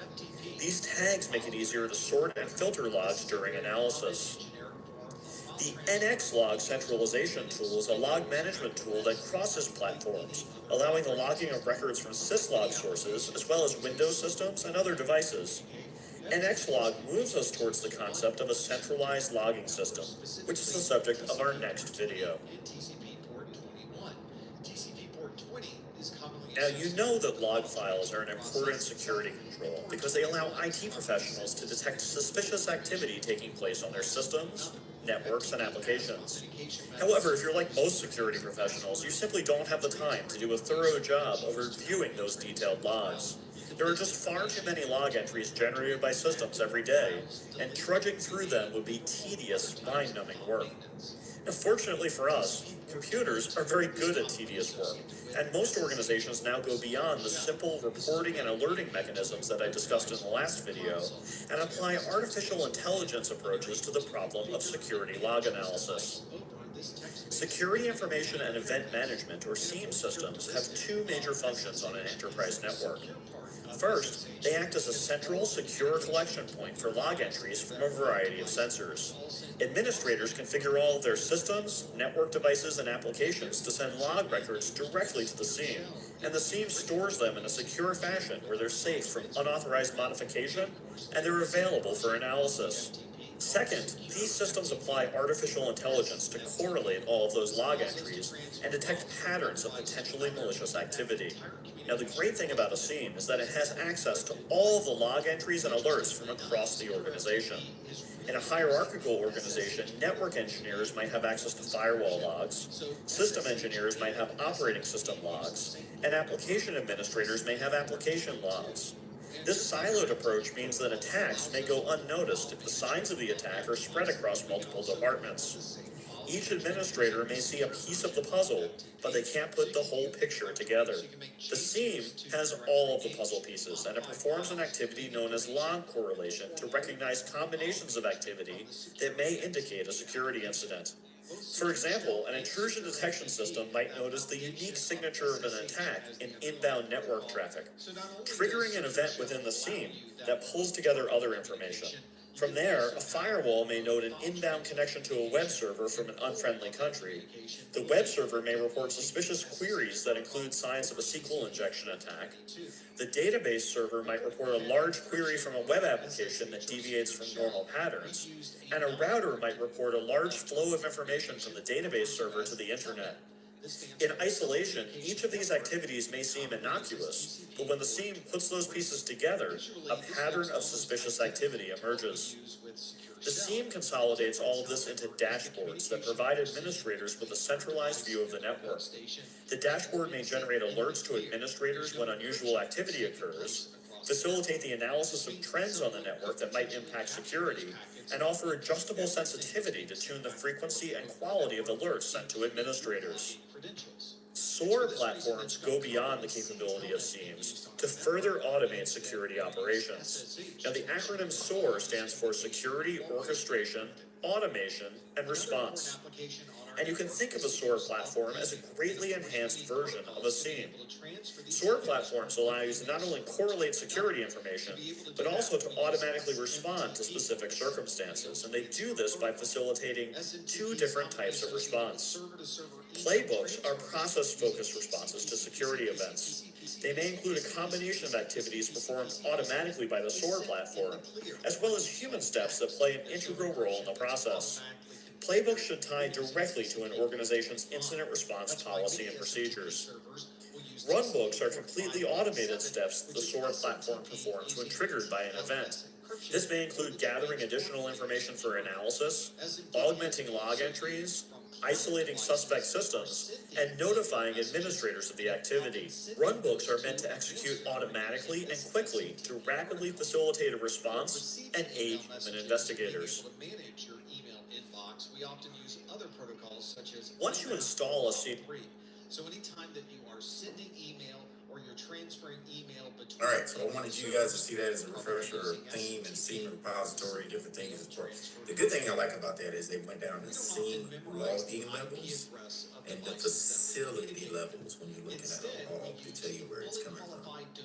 Once we get inside syslogs and take a quick peek about that, you'll see, especially in the computer logs, it'll have like a 1, 2, 3, 4. And most people think, what is that, the severity level? No, it's the facility level. Then it gives it a severity level as far as, hey, this is what you want to take a look at. When it comes from those logs that come from your computer, once again, they go into the scene. Scene takes a couple of things into consideration. You as the system admin set up the scene. You set up the priority. You tag all of the information that comes in. You say, I want to see everything that relates to this application crashing. For instance, if you're getting into, let's say, Spotify. How many times did Spotify crash on all systems? I want to tag this application, then all of that telemetry will come in from every computer in an organization and report, and then you have a real-life scenario, real-time response as to what's going on. Okay, so that's the thing that you can set up in there. So it takes, Save is kind of like if it's garbage in, it's going to be garbage out. If you don't know what you're doing, it'll reflect because it'll be all over the place. So it's something, some of the telemetry that you have to set up. All right. Any questions on that so far? Post-configuration protocol. This is the protocol that all right, so let's go ahead and take 10 minutes, then when we get back, we'll jump into objectives refresher. By default, DHCP uses UDP port 67 and UDP port 68. To be able to use DHCP, we need a DHCP server. At home, we commonly use a DHCP server that's integrated into an existing wireless router, but in an enterprise network, there are often standalone DHCP servers. We usually configure a pool of IP addresses on DHCP, and anyone who connects to the network will be automatically assigned an IP address from this available pool of addresses. There's also a lease time associated with this IP address, so you're only able to use that IP address for a certain amount of time, and if you are still using that address at the end of the leasing period, you can choose to renew that lease with the DHCP server. We can also configure certain devices to always receive the same IP address every time they connect to the network, and we associate that IP address with the MAC address of that device. We configure that in the DHCP server. That's often referred to as a DHCP reservation. All of this communication that occurs across the network for DHCP will almost always use UDP port 67 and UDP port 68. We talked earlier about the FTP, or file transfer protocol, that we use to send files from one device to another. And we described the process of authentication and the many different management functions associated with FTP. But what if you just needed to transfer a small bit of configuration information from one device to another?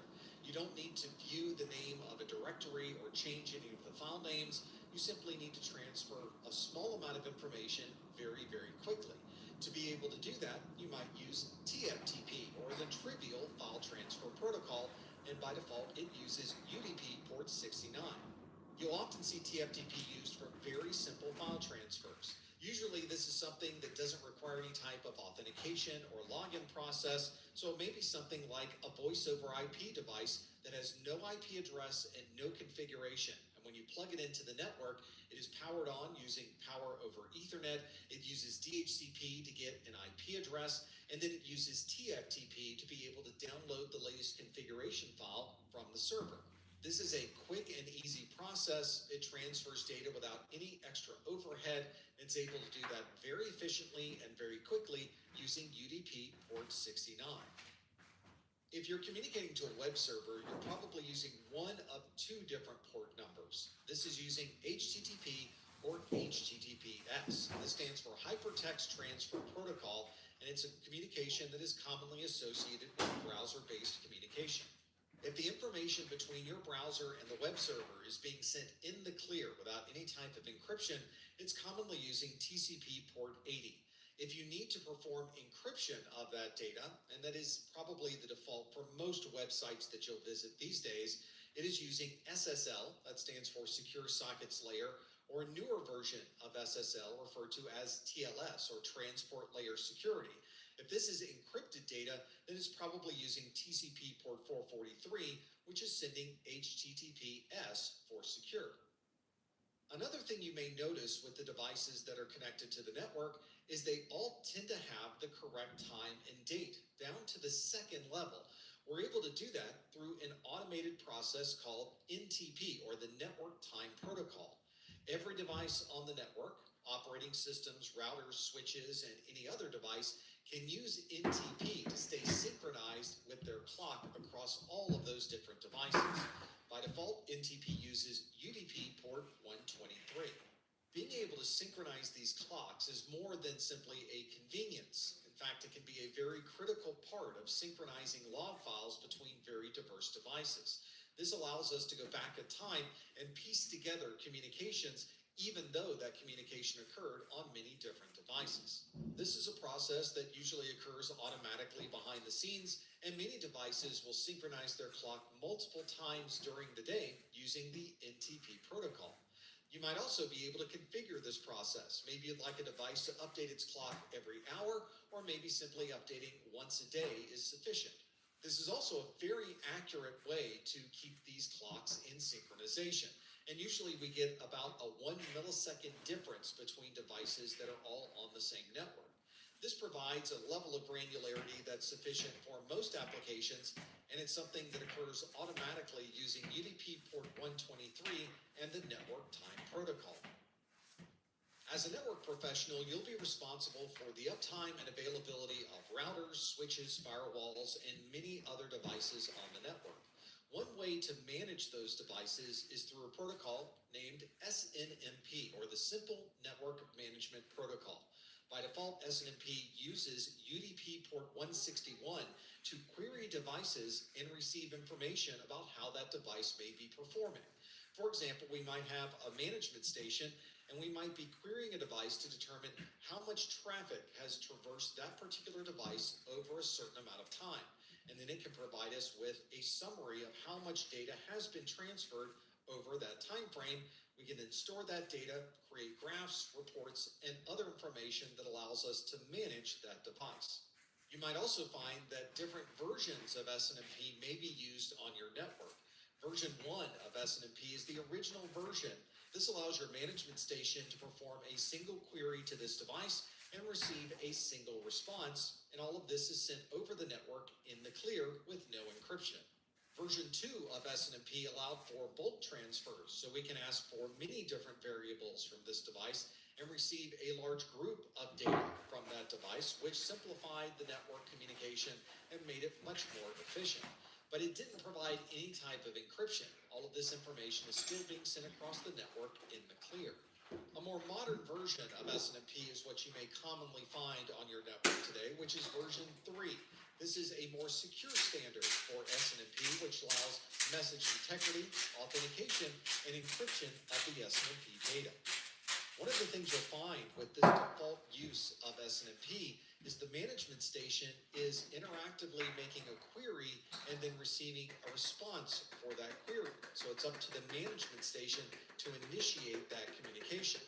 But it would be nice if these devices could identify problems and proactively send that information down to the management station. We can do that by using a feature of SNMP called an SNMP trap. This allows these notifications to be sent directly from these devices using UDP port 162. Many organizations may have hundreds or thousands of devices on their network, and it may be a challenge to be able to keep track of what devices are on the network, what users are connecting to those devices, and how the relationship might be between the user and the device. We're able to maintain a database of all of these devices and all of these users through a protocol named LDAP. LDAP stands for Lightweight Directory Access Protocol, and it commonly uses TCP port 389. LDAP allows us to very easily query these databases and retrieve information that we may have stored. There's also a secure version of LDAP called LDAP Secure. It uses TCP port 636. LDAP uses a hierarchical structure to be able to lay out the network and the devices. This is a graphical view of an LDAP database. It starts with the root of the database, which is an organization. In this case, the organization is Messer Studios. We've also grouped together like devices into organizational units. There is a production OU, a support OU, and an engineering OU. Within those organizational units, there may be common named devices. For example, there may be users such as Jack and Daniel, or there may be a database or storage device named TechDocs. We're able to organize and access these devices through this structure, making it a very common and simplified way of gaining access to this data. Microsoft Windows has some very unique features when it comes to data transfer. Microsoft stores information on the network in a file share. You can also share printers through Microsoft's operating systems, and there's also authentication built into this entire process. To be able to provide all of this functionality, there's a specialized protocol named SMB, or Server Message Block, to be able to share files, share printers, or authenticate to the network. You might also see this referred to as CIFS, or the Common Internet File System. SMB is integrated into Windows itself. You don't need to add additional software. There's no additional FTP or SFTP process. Instead, built into the Windows Explorer or the File Explorer within Microsoft Windows is the SMB functionality that allows us to access file shares, print to remote printers, lock different files on the network, and provide processes for authentication and permissions for all of that data. Early versions of Microsoft Windows used the NetBIOS protocol to be able to facilitate this communication, but most modern versions of Microsoft Windows communicate directly across the network using IP, and TCP port 445 is the one that is usually associated with Server Message Block, or SMB. As a network professional, you'll find welcome back, everybody. Constantly referring to logs that are being kept on your routers, your switches, your firewalls, your servers. So as we see on the any other screen, device that's connected we have to the network. CYSA certification exam and core objectives that we need to cover. CSO-003. Protocol for transferring these log files. What we see here, maximum Syslog commonly of uses 85 questions. 514 to be able to transfer Performance-based questions, 165 minutes. Man, that's almost, what, 2.5 hours? 120, yeah. 120, yeah, that's about just to give you 4 years of hands-on experience for instant response. Alright, and it's a security operating center analyst. Now, this is a good start, Cypher. It shows you the CYSA was created as a defensive posture. Defensive posture for network architecture. Okay? The exam came right before, or may I say, the onset of COVID. They realized at that point, all the folks that were inside the castle that was guarded very well are now outside the castle, getting beat up out here. And they said we need to have more folks know what's going on and can read telemetry. So this is how this came about. Now before that, if you want to be offensive, pen testing, ethical hacking is another certification that you can get. So you get Pen Tester Plus, ethical hacking through the EC Council, so you can become a white hat ethical hacker. But pen testing and EHC, or ECH, excuse me, are the same pretty much. You'll do better. And then, if you want to further along your education, Linux actually teach you a lot of stuff about testing systems and using the shell program and things like that. So, just a couple avenues to go. And AWS has some good stuff too. All right, so if we look at the 4 domains, the old test, the old exam used to be 5. It's not exactly that a lot of information changed. It was the fact that if we compare and contrast 002 to 003, they took away domain 5 and spread out all of those objectives more into the other 4 domains. That's pretty much what they did. All right. So the first one you'll see is the biggest one that you'll get tested on security operations for 33%. And then 2 is the vulnerability management. That's at 30%. Domain 3, incident response and management 20, and domain 4, finally 17%. With reporting and communication about who to talk to first and things like that. If we get into the biggest domain first, here's some of the things that we have. Now, who still has the Jason Dion notes and things that I gave you for CYSA notes? Y'all still have all those? Yeah, I think I have that saved. Yeah. Mike's like, when you'd like to know if a device is on the network. All right, let me see if I can. And one protocol that can provide you with that is ICMP. This is the Internet Control Message Protocol. You can think of this as a way to check in with that device. That's for Very similar 2. to sending a text message to see if you get a response back from someone. ICMP is another protocol carried by IP, but it doesn't use TCP or UDP. Instead, ICMP is. I didn't have the ones for 3. That's what it was. So 2, the Jason Dion study guide is still address 5 domains in there, but the information pretty much has stayed the same. To see if it's alive and operating on the network. I don't have it for 3. Response back from that. You may be able to look up 3 ping and IP address using Anna's archive. Who's been on there so far? It leaves like you. So Anna's archive has lookup CYSA Plus PDF format, CYSA-003. See if you, whatever you come up with. All right. And I showed you how to use that website effectively. Okay. First you want to do is explain the importance of systems and network architecture, concepts, and security admins. Now going through this once again, it's not reteaching everything, it's just going over and highlighting some things. Okay. So the first thing we want to look at is log ingestion. Log ingestion. If we look at that, that is when we're actually taking the information from the reportable endpoints. We're talking about the clients. Okay. We downloaded software. We put client software on those machines, and now those machines are taking all of that telemetry that are from application security, users, root, local machines, all of that stuff, right? And they're bringing in all of that event management data, all of that logging. In there, you need to have some logging levels, as we've seen with 0 to, what's the logging levels numbers? Somebody help me. 0 to what? Logging levels. We just saw it on the video. 7. Which one is the worst? There you go, 0. There you go. All right.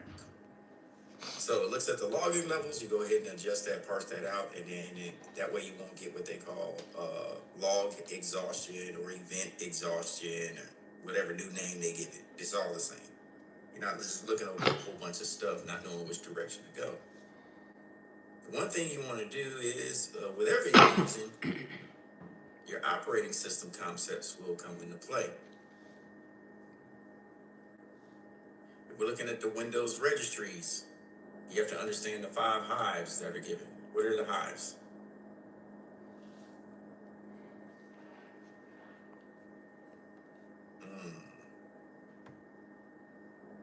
They are H keys. There's 1. User. Users. 2.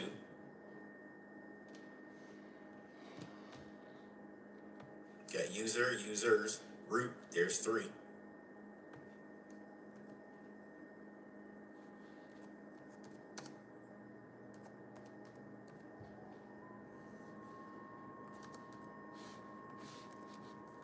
Four,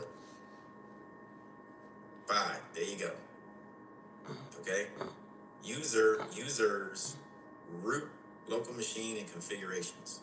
Okay, so if you understand the Windows registry in those 5 hives, you can pull a lot of information from there. All right. If you're using any terminology, if you start seeing stuff on the CYSA exam, because I don't know, they may introduce this. If they say you have to put in an entry, if you see this type of talk, a D word is a 32-bit entry that you'll have to put into the H key, so you have to put in a Q word, which is 64-bit. It just means you have to adjust and make an entry in the registry, just depending on what operating system you're using. Okay, so I don't want to get too much into the weeds with that, but those are the 2 selections you can make to make an entry if you have to. Then you have to look at the system hardening. From your log ingestion and your logging views, now it's going to point you in the right direction to see. It's going to spit out a report. It's going to tell you, well, as we get it, let's get into it. So if you look at the file structure, all right, what's the file structure of Windows 11? It's not a fact. Not talking encryption. We're not talking all that stuff. What is the file structure? NTFS, New Technology Files. There, way to go. What is its file structure for Mac?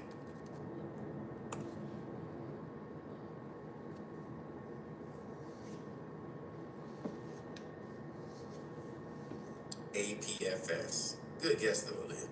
APFS. What is the file structure for Linux?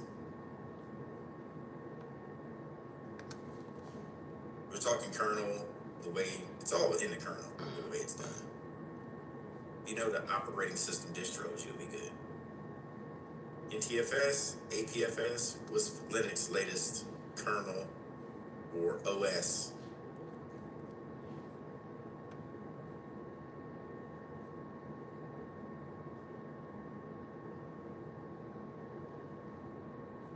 FHS.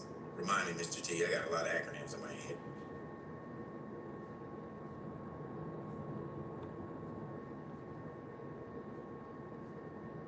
Oh, yeah, I got you. Okay. So, but if we look at a distro for Linux as far as file structure and kernel, ext4. Yeah, ext4. Yeah, FAT32 is still used too. The file allocation table. So yeah, in some systems. So good to know. All right, so if you know that, you know that you have to remember where are the configuration file locations in these systems. You'll start seeing stuff like, this is why I asked. ext folder, right? Bin folder, binary folder, config folder. See, you start seeing this type of track. There you go, boom. A lot of this stuff that's in connection with the keys, the registry keys, will lead to these type folders, right? So you can find out what's going on. Then that'll lead you to the different system processes that can happen. How can I find my system processes? Windows. We'll start with there. Okay, top, the Linux. What's the system processor for Windows? Is it PS? It escapes me right now. Not that I'm testing you. I actually forgot because is it PS? Okay. Somebody verify that. Task Manager, yes. We'll tell you that as well. Okay. So if you know how to do that, just in case you're presented with a PBQ and they say find these processes, that's what you can use. Okay. So if we're looking at top, we're looking at that could be used in a shell. PS is in Linux still. Oh, there you go. PID. Thank you. PID for Windows, correct? All right. Thanks, Mr. T. So PID for Windows, PS, Linux, and top. The top shows you the top 10 running processes. Yeah. Always. They'll still have a whole list of processes, but the top 10 that are mostly used will always be a running like replacement. That's how you know. All right, so that's how you identify that. And then you have to look at your hardware architecture, know what you're working with, know what you got going on in your system. When it comes down to firmware, how compatible it is to your OS, and also which is the kernel in the OS. What can it handle? So for your infrastructure concepts, when you start putting all this stuff together, you have what they call serverless. Serverless. There's a connection between all of these, which is these 3 points. It's one word, starts with a bingo, cloud. Cloud. So when you start introducing serverless, you're now migrating information to the cloud. You're saying, this is how you remember. I no longer need direct computing access. Like a server provides a service to you. A server can also probably do minor compiling or some sort of process and then to deliver that information back to you. But nowadays with cloud, you just pop it up there and you don't need a server. See how I said that? Now you don't need a server.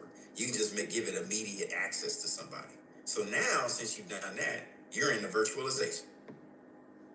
Now you can have somebody popping into a cloud, spool up a virtual machine, put some links on their desktop. Nothing stored in machines nowadays. Give you for instance, took my wife, it was in an emergency room all day Friday. It's kind of weird. I was looking at the back of the computer in the ER, and I looked over there, and I found a lot of disparities. My wife was like, don't do it. I said, I have to. I'm evaluating this thing right now. I'm looking right at it. She's like, don't look. Pay attention to me. I said, I'm paying attention to you, baby, but I can't unsee it. Listen, let me tell you what I saw. Saw the computer, the back of the computer facing me. It's like, oh crap. Wow. I can tell somebody charges their Android and or iPhone because they don't have port security to shut down phones being plugged into a medical computer. That's why it's Henderson. They got 2 years ago. A hacker shut them down. I'm like, I can see how. Next, right? Should I have the back of their computer facing me in the waiting room? No. I saw the back of the printer. I was like, oh my, man, if I can get to that Ethernet cable, which I can, and I had a laptop, I can plug it in, do network discovery, and I can figure out what's on the network. Like, it was so much stuff going wrong. But I say that to say this. The last comment I told my wife when I was doing this 3-minute evaluation was, I could do all this stuff and they still could have good security. And hopefully on that little computer they have, that all-in-one, that's very small, everything's connected to a virtual machine or serverless. You see where I'm going with this? Nothing is actually stored on that little computer. The real security, hopefully, is on the inside, and everything's a portal link to an application or a container somewhere that reauthorizes you to get in. Does that make sense?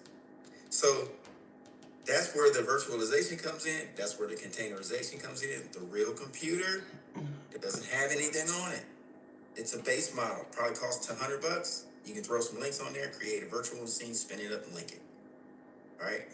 That goes back to Mr. T's question. So does CASB cover the cloud base? Yes, it covers the security of the cloud base. A CASB certified application security broker, these people are access security broker. They're basically verifying that the person who wants to access is that person. They're the bouncer at the door for everything that's cloud. And you pay somebody and transfer the risk to them to verify who this person is. So now I don't have to spend and pay Michael $120,000 a year to do it for me. Now he has to buy a unified threat management system. Now we have to put all this stuff on the network. Now Michael says, yo, I need 3 brand new servers with these. I could pay somebody else to do it. Get what I'm saying? I'm saving money. All right. As we move over, continued in network architecture. We just said it. Everything I mentioned with the example of Mike is on-prem, and I have to pay a salary. They're not going that way now. They want other people to handle it. That's why you see some more outages in IT. We just saw one last week with Cloudflare. Okay? Everything can be put up on the cloud. You have to make the connection between on-prem and cloud. All right, for the data can flow freely back and forth. And then you may introduce another instance in a hybrid situation with both of them, and you still want privacy. No matter what, put all your valuable assets on networks segmentation on individual lands. Individual lands. Now let's revisit Network Plus because you will see this on CYSA. You ready? All right. I've got 3 switches. When am I opening up so information can pass through 3 switches flawlessly at high speed? Or let's put it this way, because it's the more proper way to say it. Let me correct myself. What do I need to have for all 3 switches to work together so information can flow between all 3, and it's a redundant system? Charles says ports. There you go, LACP. That's the proper way to say it. Charles, you were right there. You do open up the ports. You link all the ports, but it's called Link Aggregation Control Protocol. That gives you the redundant part, okay? But it also opens up the information highway for things to move back and forth freely. Now, you'll see this too. It says network segmentation. I got 3 servers. One's responsible for LAN 1.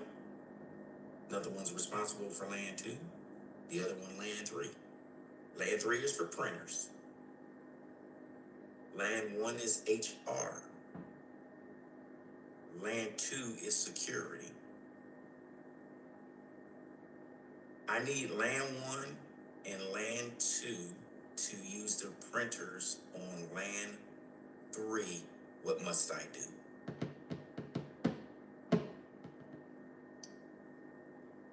Trunking, aka, also known as for trunking, is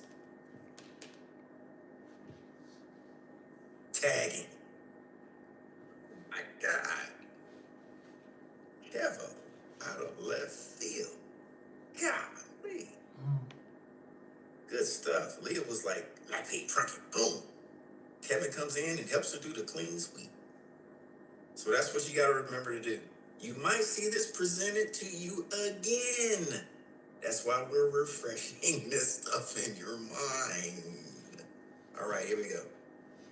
When you have network segmentation, you can allow these to go, allow these different LANs to talk to each other as a form of security. But we also have this thing called zero trust. Now, most of y'all, I'm gonna ask you a question. Most of y'all will say, well, zero trust is not trusting computers. We know that. We knew that. But what's the technology? What is the purpose of zero trust? What am I asking you to do? What's the purpose behind zero trust? All of y'all are right. All of y'all are right. Thank you very much. So if you understand what it's supposed to do, you'll be good to go. So far, y'all are doing good. All of y'all get rockets. Let's keep it moving. Now, if I say this, look at this now. I'm gonna bring this into remembrance because this directly connects to this. So when I say, don't get sassy with me, Cloud, what does that mean to you?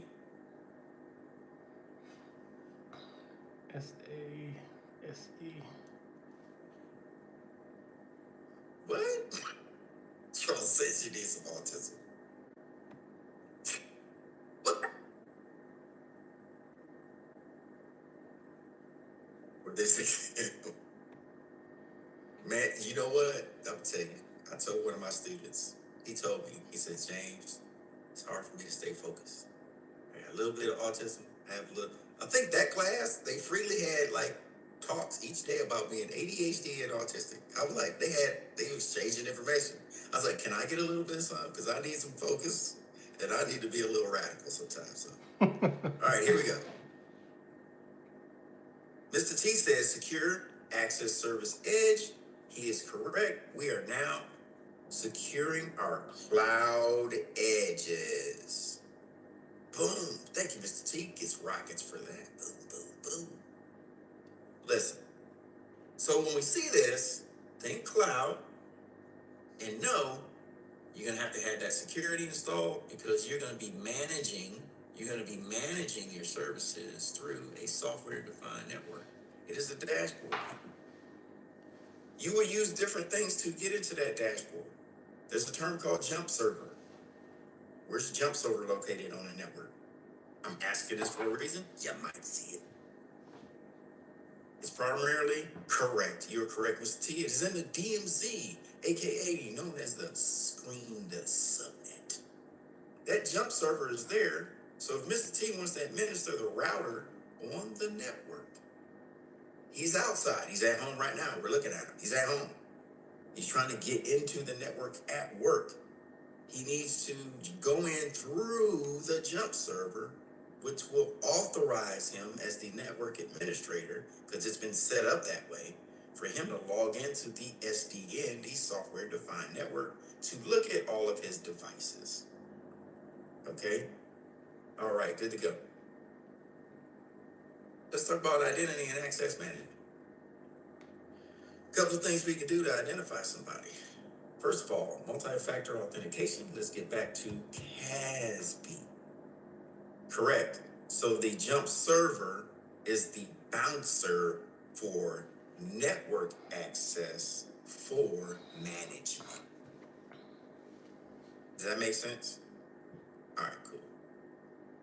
So we want to get back to infrastructure concepts and identity and access management. Somebody mentioned CASB, Cloud Access Security Broker.